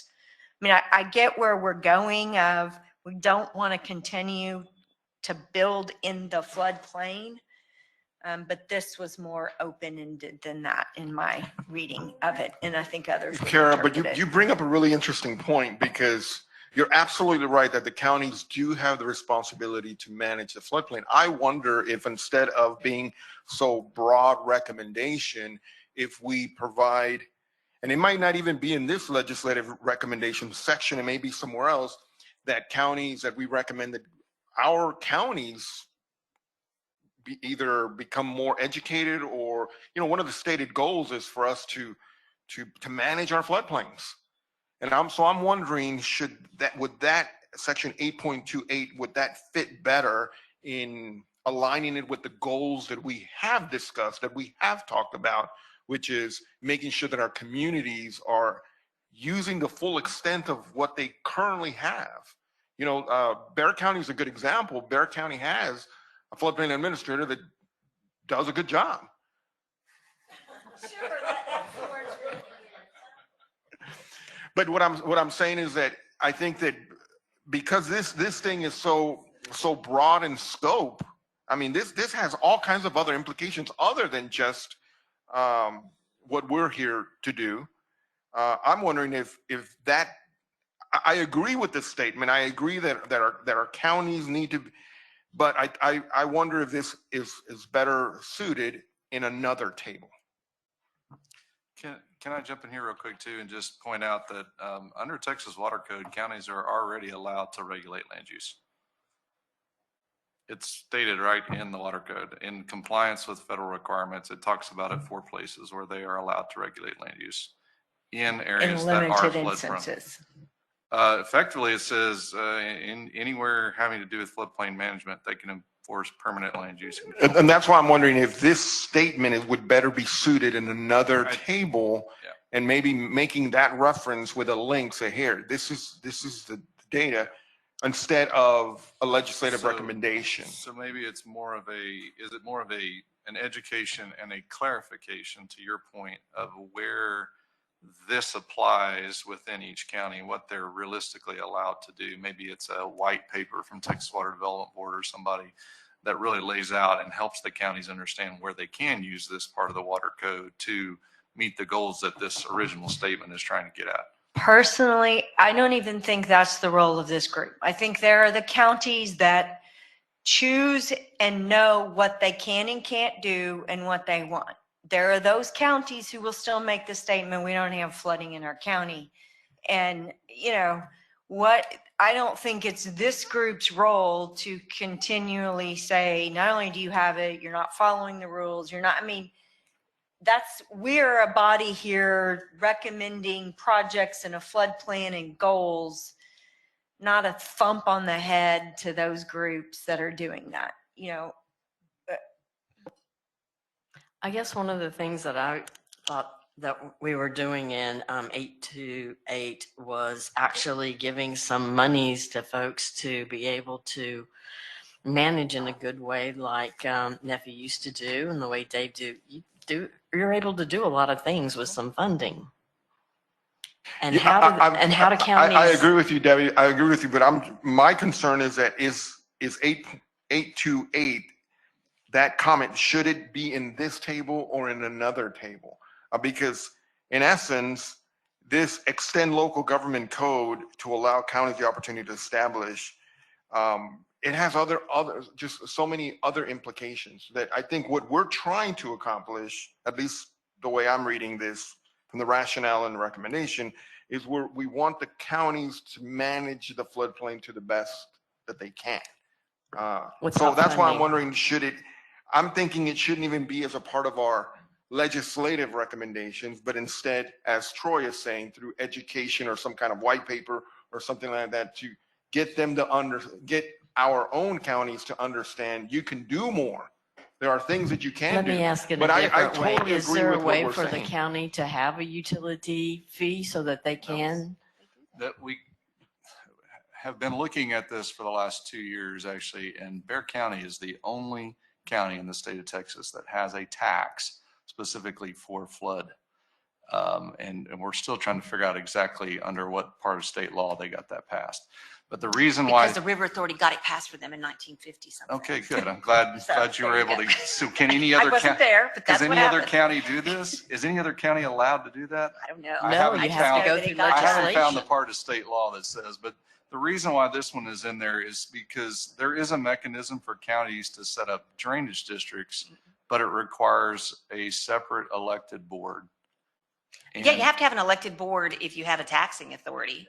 Right. So, so that is reason why a lot of river authorities don't have it, but that's why the San Antonio River Authority worked with Bexar County to get Bexar County to have a flood tax at the time, because Sarah got an O&M tax, Bexar County had a flood tax. It also helped meet the match on the 1954 San Antonio Channel Improvements Project, because they had to help, with that process too. I'll say my issue with 8.2.8 is it's extremely specific. It is saying this section of state code is what we as a group are recommending be amended, and that's the municipal utilities code. Yet we as the group have never talked about that section of code. I am all for funding opportunities and that. We've never had, as a group, talked about that specific one. I'm far more comfortable with generic language about evaluating funding sources, alternative funding sources, than I am going straight into a specific section of code and saying, do this. We as a group haven't vetted that. Yeah, I agree with that. The thing that I think is coming up, and I think we'll get some discussion at the legislature, this, obviously the urban-rural divide is getting closer and closer because of all the development that's happened in the state of Texas. And all this development that's happening in the unincorporated areas, not just of Bexar County, of a lot of counties in the state. And counties have very, very limited ability to do anything with that. So what's happening is this massive development is happening in rural areas or unincorporated areas of counties, and it's causing flooding in other areas, upstream, downstream relationships, what's happening overall. So I think, and even people in the rural areas are starting to get worried about the fragmentation and the impervious cover that's happening in these rural areas. So I think this conversation is going to happen. I mean, with this guise of the land, the private property rights and all of that, it's going to come up. And I don't know if I don't know how, I agree with Kara, for us to just throw the bomb on right now, that may be challenging, but I think we need to recognize, as you're looking at watershed related planning, there has to be some understanding of this, that you have different The rules for dynamics that are different areas. happening right now. It's happening. But I'm not sure this is the answer. I don't know what the answer is, but maybe we need to say somewhere that there needs to be some understanding of the fact that this, what's happening because of growth is impacting watershed development. I like that approach, Suzanne. I agree with all that. The conversation is ongoing. It's not going away. It's going to continue. There's already state requirements for overlapping jurisdictions to have interlocal agreements, but we still have growth happening even outside of those ETJs of home rule cities. So it's an ongoing conversation.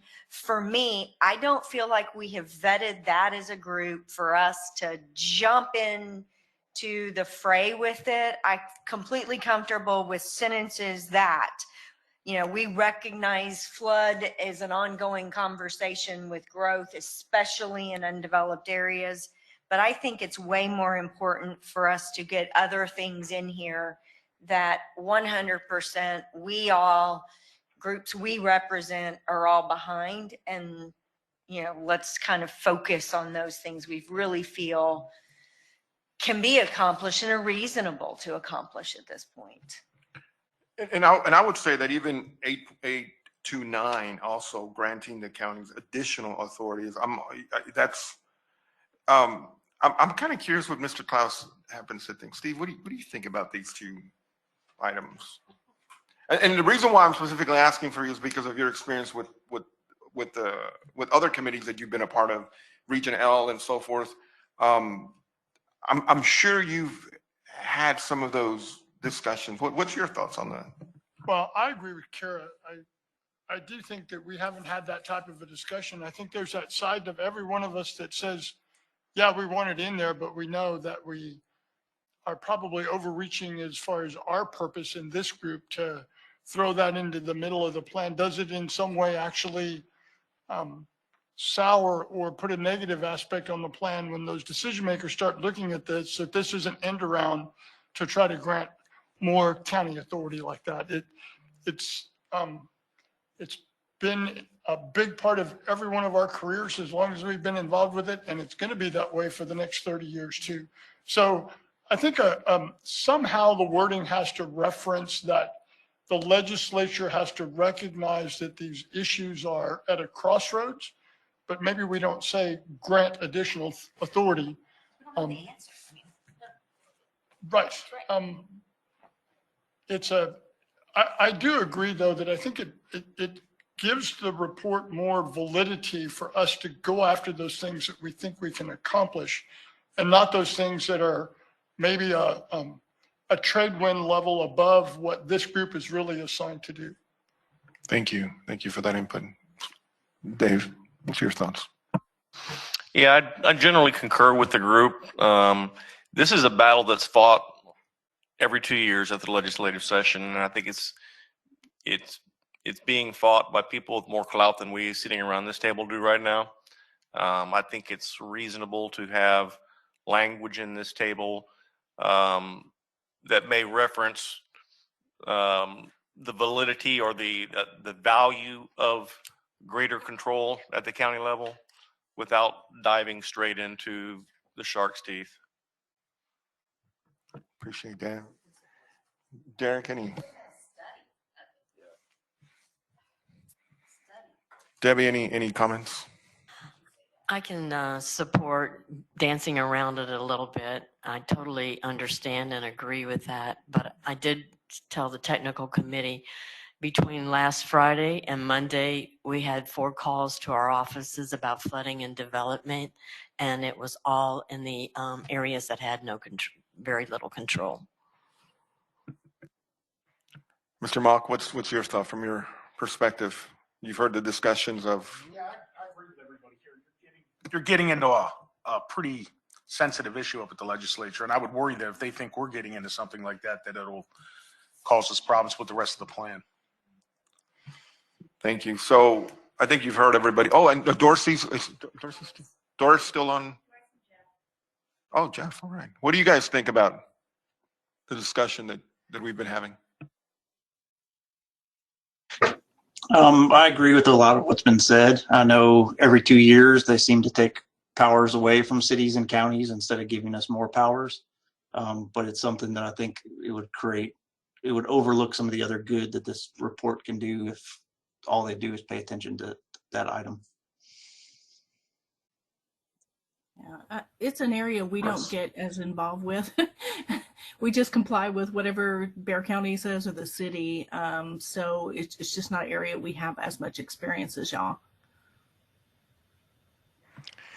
Ron, I think you've heard everybody. I think we either need to remove those 2 items, or rephrase it in a way that doesn't take away from the I vote for spirit. rephrasing. That doesn't go away from the spirit of what we're trying to accomplish here. So. I'd propose maybe removing, but you putting some sentences to along the lines of what Suzanne suggested early on in this entry paragraph. Because I think for me in this table, we are saying take action versus in the entry paragraph, we are saying we recognize the significance of this issue and it shouldn't be ignored, but not our purview. I second that. Yeah, I think it needs to be listed as, I liked your evaluation or study idea at a minimum, that it, in order to give it a better understanding. Okay, should Yeah, we? I like that idea of revising it, as Steve, and I think that was Debbie was saying. It just is more, politically, palatable to do it that way.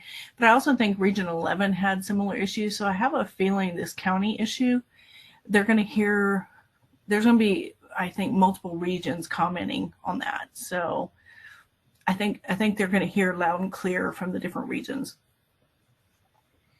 Okay, so let me get this straight so that Ron and Troy know exactly what they're going to do.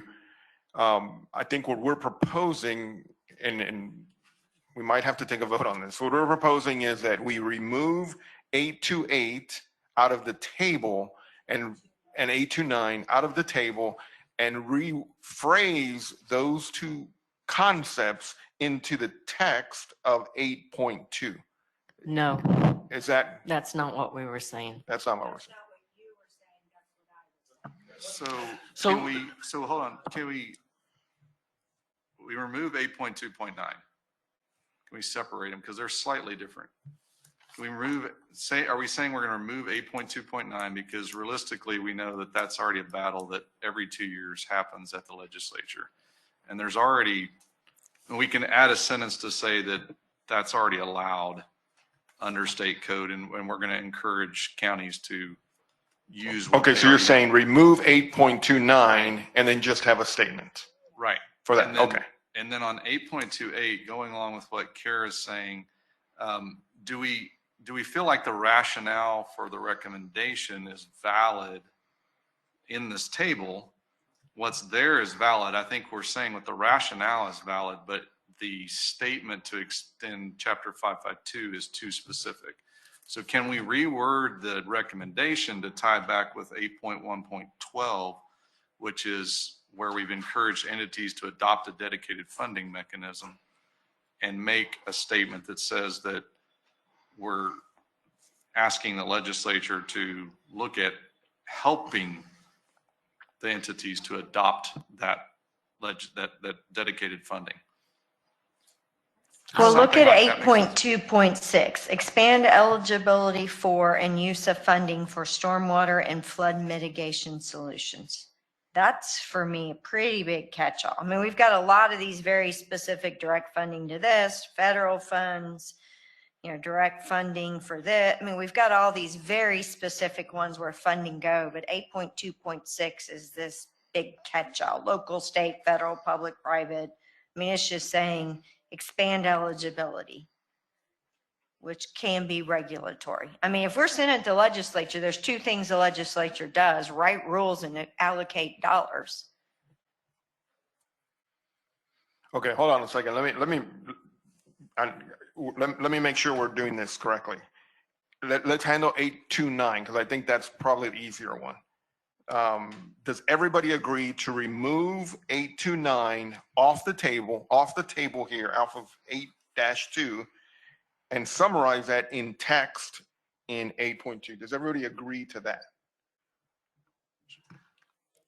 Depends on what you're going to do with 828. Well, we'll handle 828 here in a minute.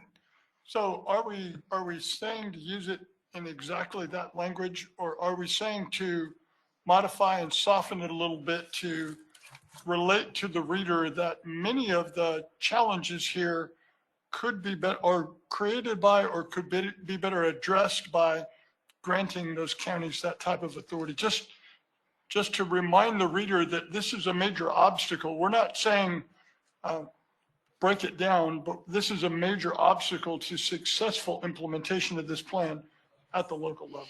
Ron, what's your thought on that?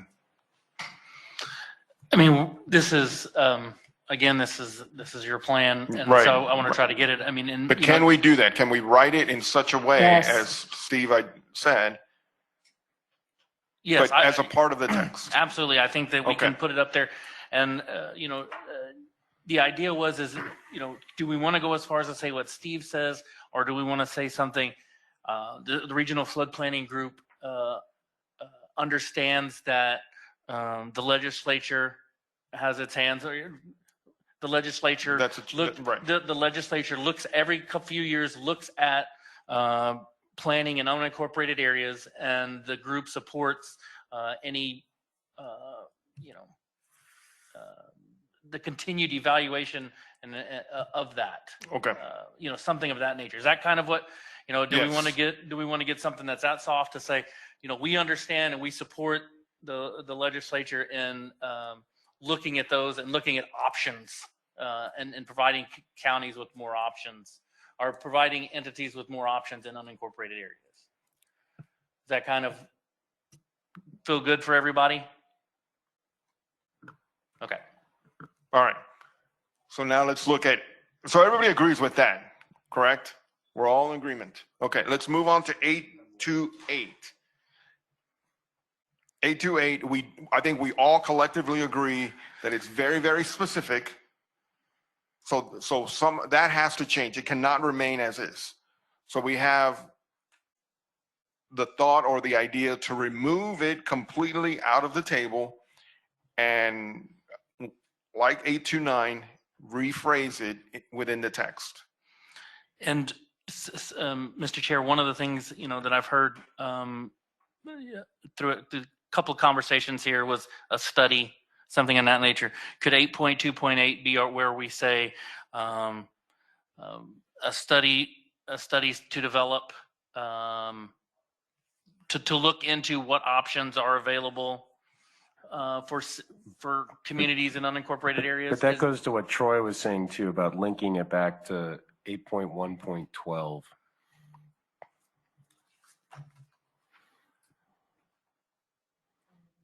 Funding mechanism. Right, but if it was a study, but Ron, if it was a study, it wouldn't be as a part of a legislative recommendation. If it was a study, it would be in another table. So either way would be removing it off of this table. Okay. So I think we all agree to remove it off the table. The question is, where do we put it? But you would need legislation to do a statewide study on that issue. And that's what we're looking at, as at the state level, so that there's consistency. I get the phrase "stay in our lane" in my mind. Is that really our role?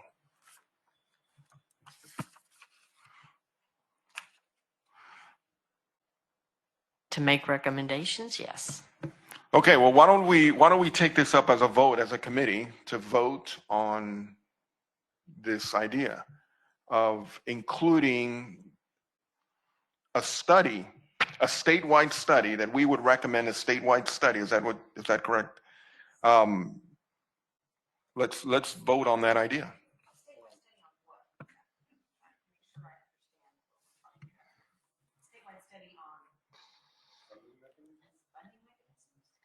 First, identifying the issue in some of the areas, unincorporated areas that are the fastest developing, such as the 5 counties around us.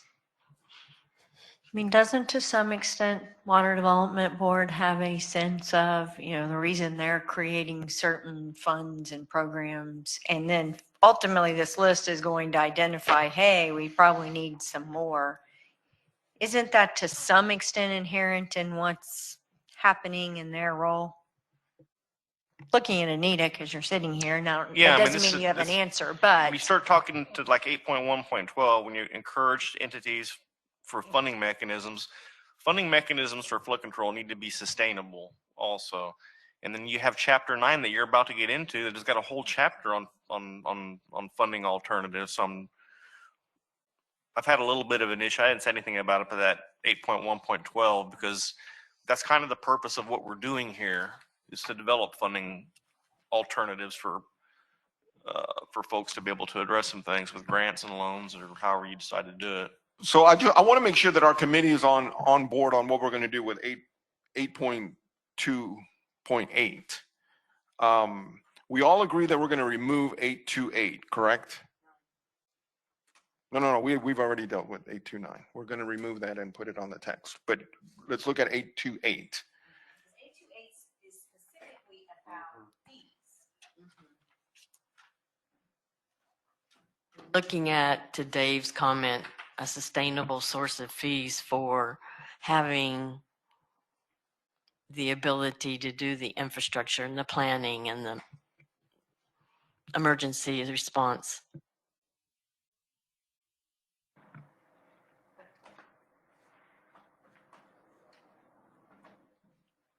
So you're proposing to do what, Debbie, with 8.28? To look at the issues that they're facing and how to establish permanent funding to assist those areas in managing different flood control mitigation issues. But Ron, wouldn't that be what chapter 9 is about? Establishing a dependable, constant funding source?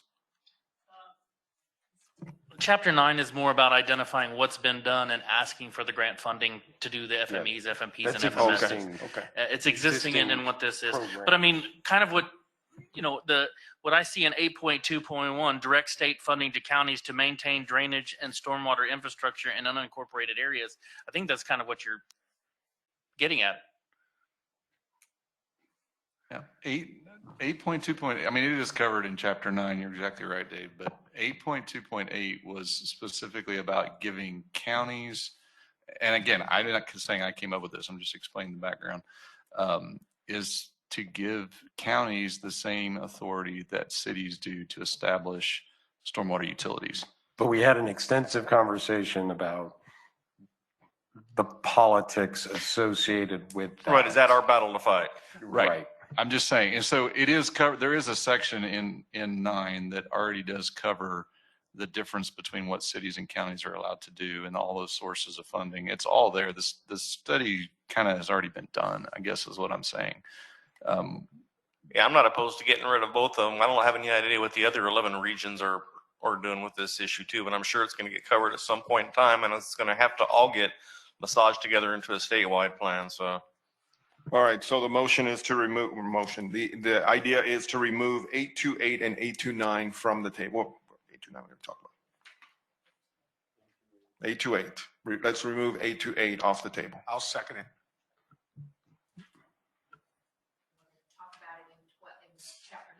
Yes. Do we need a vote on it to make an action? Or Ron, can you? Yeah. Okay, so the motion is to remove 828 off the table. Second. And a second. All in favor, say aye. Aye. Any opposed, say aye. Opposed. If we're going to make a motion for 8.2.8, we do need to make one for 9 as well. No, no. The motion to remove 829, So moved. can I get a second? Second. All in favor, say aye. Aye. Aye. Any opposed, say aye or nay. Aye. Okay, I just want to make sure that we're clear. When we made the original motion for that, we said, and replace it with language. Agreed. So I've written some language. Let's see if this works. If it meets I say, All right. and I don't know, this could be, this is 5 seconds. The Regional Flood Planning Group, however you say, for San Antonio, recognizes that flooding does not respect jurisdictional boundaries.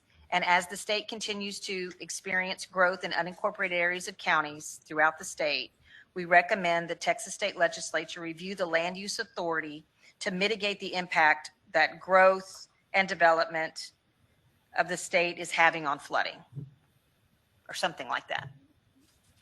I can work the words, but in other words, we're asking them to review land use authority to, with the,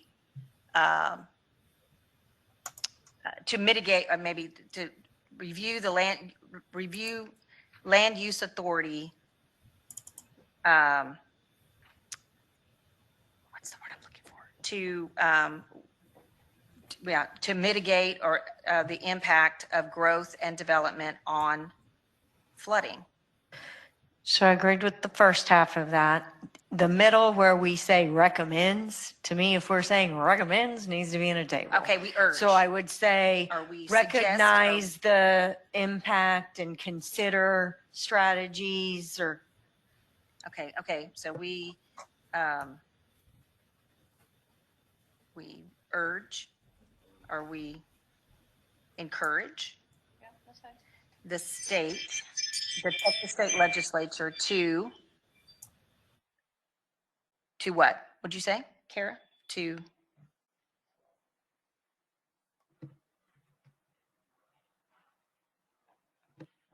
The rest of your. I said to review land use authority, but you don't want to say that.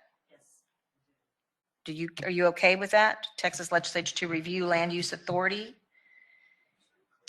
Or to clarify? To clarify. To clarify land use authority under the Texas Water Code to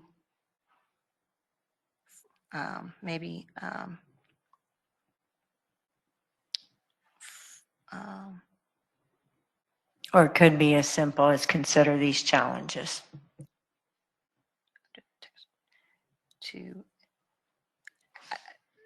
to mitigate the challenges, Sure. to mitigate the challenge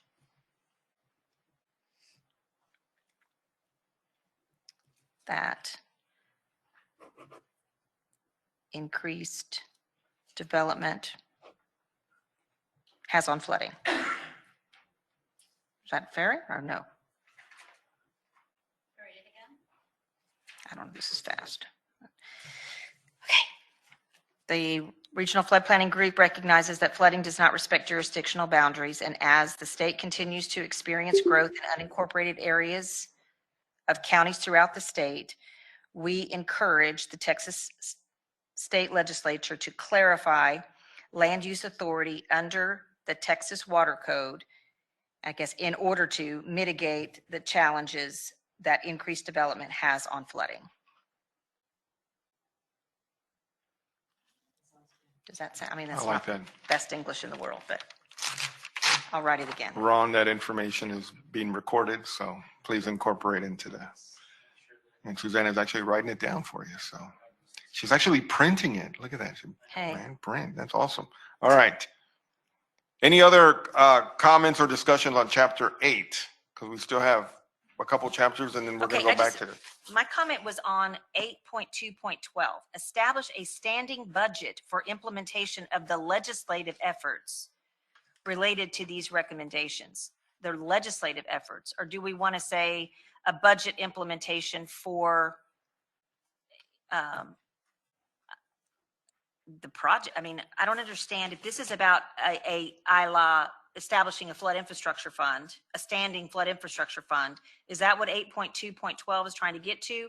Or when you say implement the legislative efforts related to these recommendations, I'm not sure what that means. So if you look The at the legislative efforts. rationale, its funding needs to be made available to the state agencies that will be required to implement the adopted recommendations. Like TxDOT. And Texas Water Development Board and TDM and others. That was the intent behind that one. That was one that was added based on the technical committee meeting. Yeah, we didn't see this one. I'm with Suzanne. This wording is very, Because you have technical Unclear. assistance in several of these other ones. I was just, One of the things that was brought up at the technical committee is the stand that TxDOT typically takes is that they cannot approve or go forward without legislation funding. That's the one thing I remember from the meeting. I would think we should, I mean, I would think we would want to make a recommendation that there be funding to implement the recommendations, recommended projects and studies in these regional plans. That's what we want, right? We want a flood infrastructure fund all over again that's standing, that is like a SWIFT, that's always there, right? Isn't that what we want? We yes, wanna that make a was what we recommendation. were talking about at the technical committee. So I think we want to establish a standing, or we want to establish a perpetual flood infrastructure fund to implement the recommendations of the state flood plan that comes out of this. Don't we? Yes. And that would include TxDOT. Include whatever would be eligible for state funding. 8 to 11 states dedicated funding source for TxDOT. Well, for critical crossings, but yes. Just to upgrade what they already have versus improving their design standards.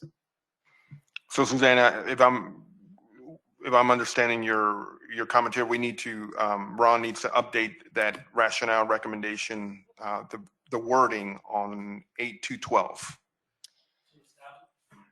To establish perpetual funding to, for projects identified in the state flood plan. Yes, to implement projects. We had that conversation about, hey, there's the state highway fund, that's that dedicated dollars. We need a dedicated flood fund. Right. So That was the conversation at the technical committee. So establish perpetual funding to implement projects identified in the state flood plan. We will change that wording to that. perpetual and dedicated, maybe. Perpetual and dedicated, because they have a You habit of need just both. taking Yeah. things away.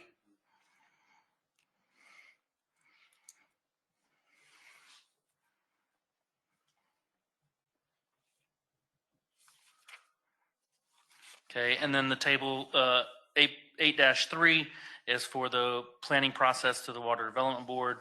The two that I was asked to add, I'd like to bring attention to those to make sure those are worded, because I don't know when I've seen those. 8.316, provide more flexibility to the regional flood planning group in making recommendations to the regional flood plan. And 8.3.17, provide additional knowledge to the planning groups about scoring and ranking prior to development of the future plans. I certainly agree with 8317, but can somebody explain to me 8316? What was the rationale on that? Kind of what was described in that. There were some things that I felt that we understand that the technical committee felt that yes, when you're ranking projects and doing things across the board, things are cookie cutter, but some of the process was too cookie cutter, and some of the things felt like we didn't have enough leeway in making some recommendations and tweaking this for our region. So that was just one of the comments. It's also the combination of we spent all this time talking about goals and adopting goals and public comment on goals, and we can't change the goals because you have to have another public hearing. But the goals don't factor in anywhere in this plan. So why do we go through a very prescriptive process that doesn't actually play into what goes into our plan? Well, then why aren't we as specific to say that, to make sure Well, that we our do goals have are- somewhere else in the earlier in here a reference to thought I read goals that, being yeah. I incorporated thought I in read here. that in there. But I mean, that's one example, Neffy. I think there are others of just, it's the first one. There's things that had to be very prescriptive, but there's not a lot of tweaking it for your region. Okay. I'm good with that. Can I just jump in and give a comment? We are about to do our rulemaking process where we'll have public comment for that. So please, I encourage you all to participate in the public comment and leave anything like what Cara just mentioned. Thank you, Anita. And I think it's a potential add to 8.3, but it may be best suited until we have the 4.2 discussion. But there needs to be a standard risk analysis process developed by the state. And I'm going to stand on that soapbox as long as I can. Full of cuss words, but I won't say them. All right, given the trend, it's looking like we're going to go over time here. So let's move on to chapters 9 and 10. Ron, if you could walk us through those quickly. Yes, chapter 9. The main thing behind chapter 9 is number one, identifying the funding sources that are available from the state and from federal agencies.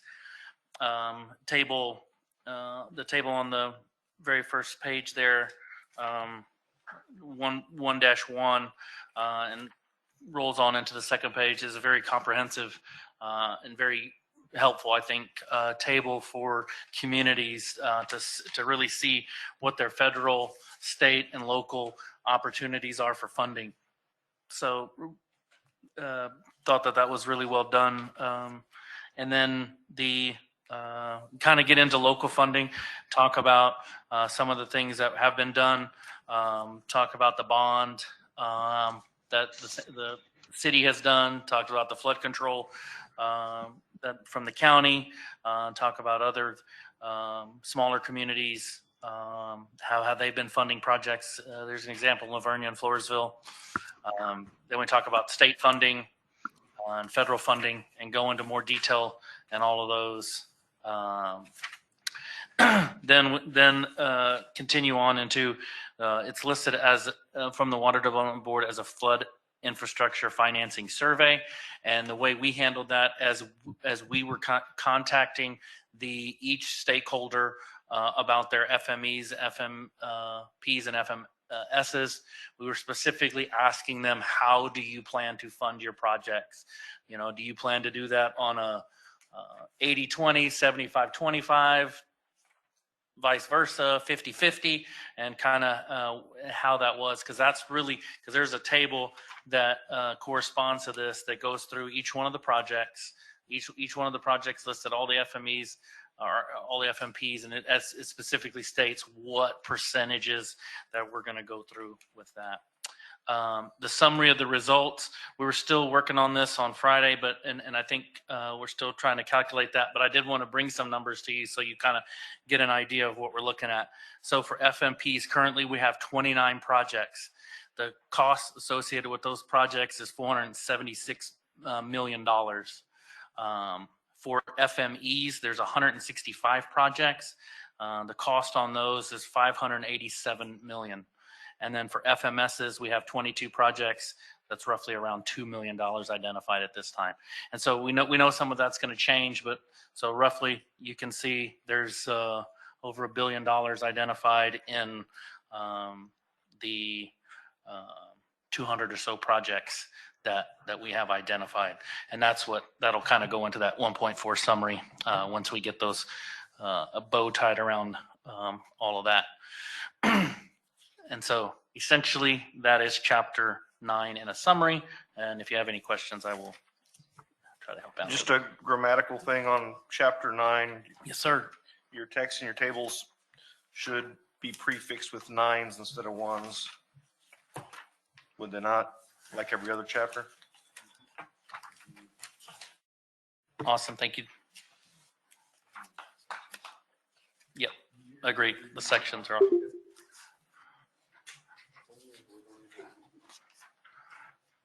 Well, it's amazing how many of these things you catch once you compile it all together. When you look at them separately, they don't come. When you put them all, when you put it in all of this together. Oh, and one of the things, Mr. Chair, I wanted to bring to the group, I told the technical committee, once this has gone to draft, one of the things we're able to do is make minor changes between final or between draft and final.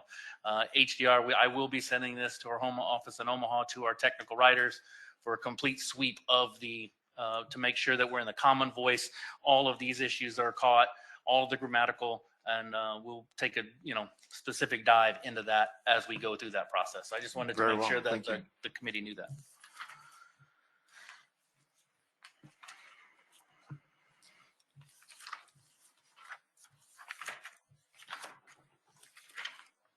So those are some pretty staggering numbers from one group or one region. Imagine 15 different regions, what that number is going to look like. So Anita's got a big checkbook, right?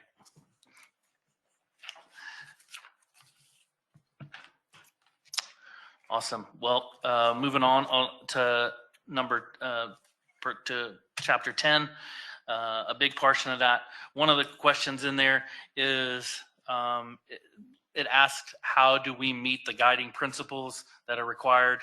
This table, the TIG table you see, is how we meet the 31 guiding principles, which is required by the Water Development Board. There is a statement in here also, a couple of statements, and we will be approving those as per the agenda. But it is to, I can find it here quicker, that the planning group met all requirements under the Texas Opens Meetings Act in that for information, and that the plan conforms with the guiding principles. So those are the two things that we have to approve today. And so that does that. And essentially this talks about our process, and it shows in here where we had our public meetings. And as part of the appendices, we will provide Linda and Laura's public meeting reports. Yeah, I think we've all seen those that are provided as part of projects. Those public meeting reports will be part of the appendix and list who all came and what all we received. And as a matter of fact, that was actually my comment when I saw this. Can we make a statement in here in section 10.2 where we talk about the public participation, that responses or input received at the public meetings are shown on appendix, blah, blah, blah. It goes back to the conversation I've been having about making sure that the folks that made the effort to come out, to meet with us, to request to talk about known projects that we've listened, we've incorporated them in here, and they're included in the appendix found on such and such. Thank you, Ron.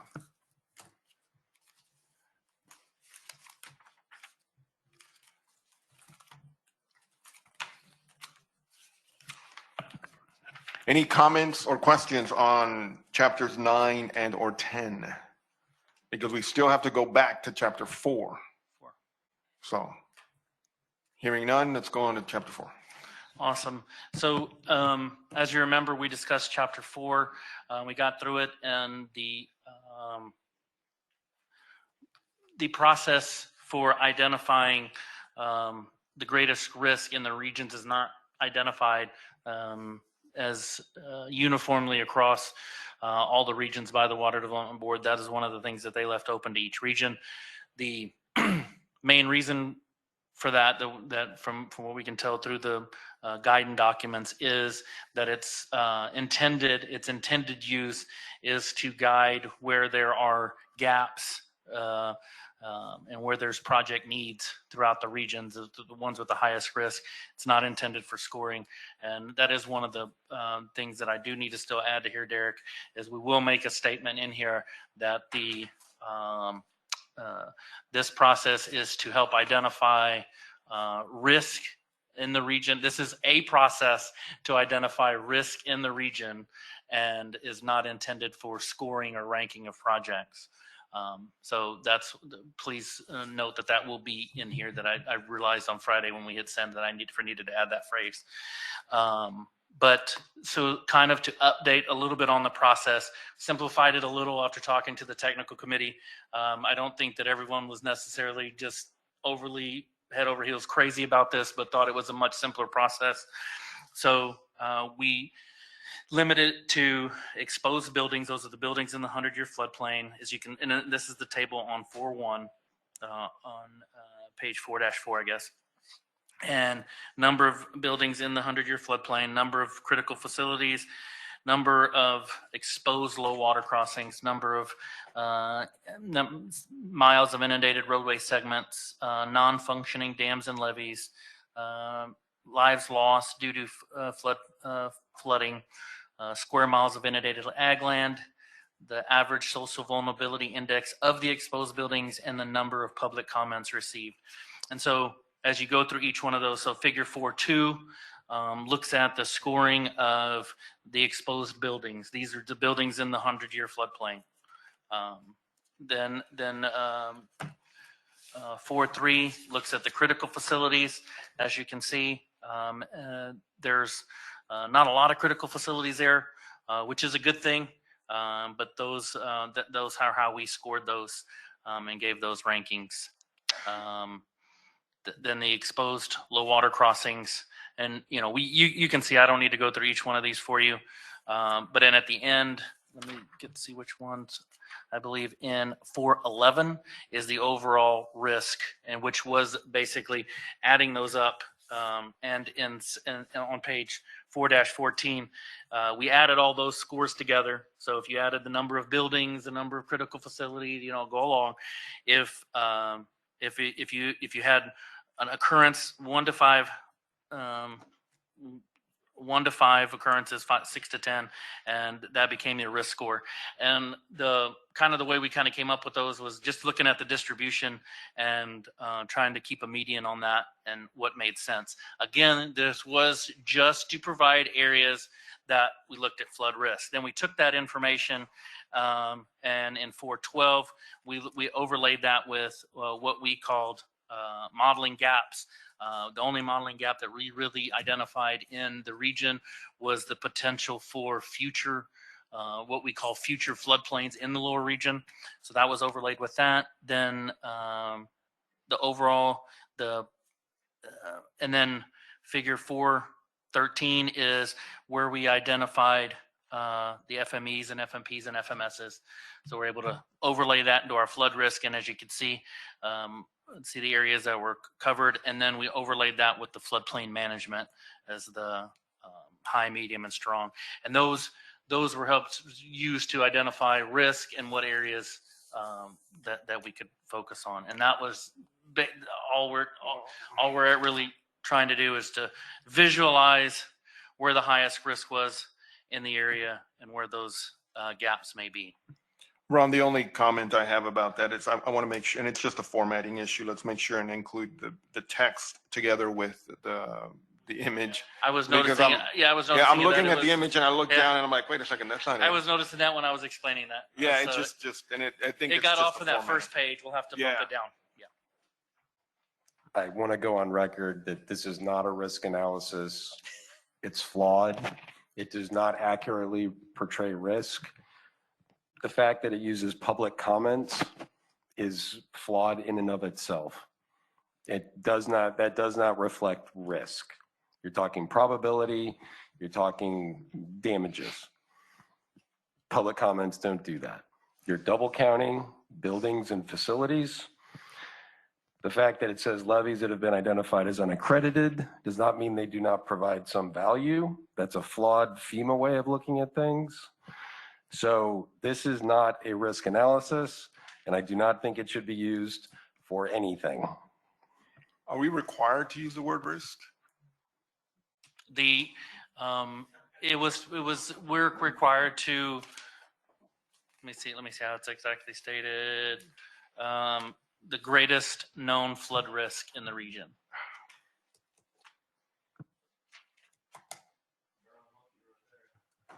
Personally, I'm comfortable if we need to add the sentences. I mean, yours were softer than Derek's that started this, but I think at the technical committee, we were very clear that we wanted a lot of CYA language at the beginning of this, that we are really not comfortable with, A, the methodology, and two, what in the world this gets used for.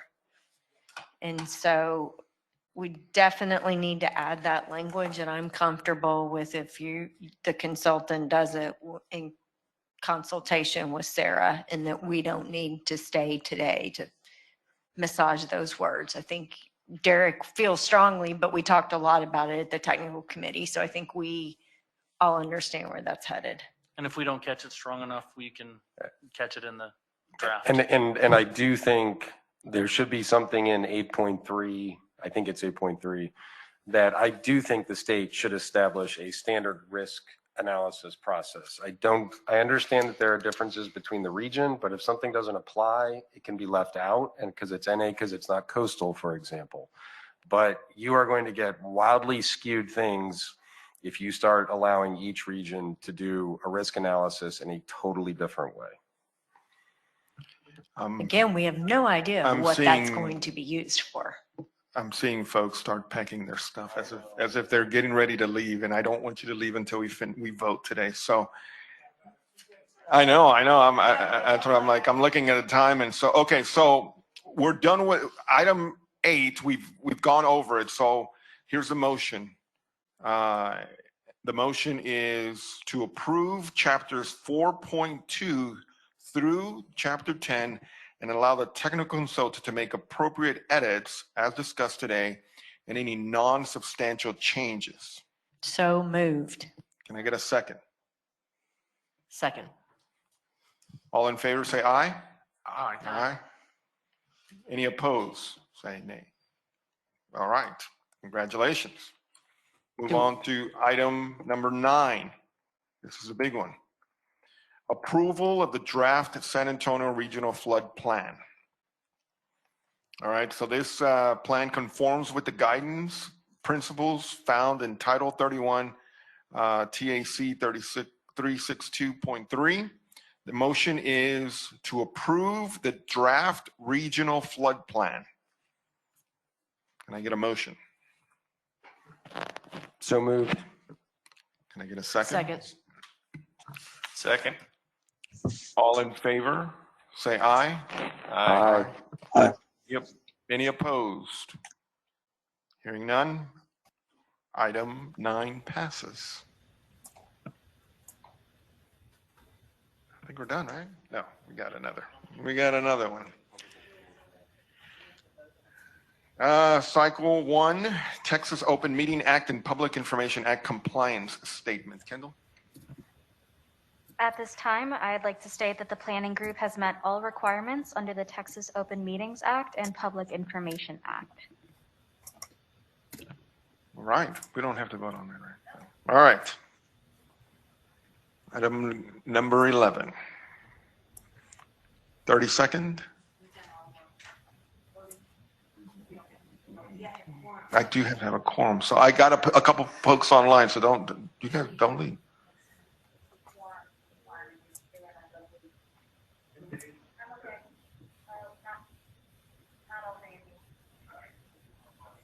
We're almost done. We're almost done.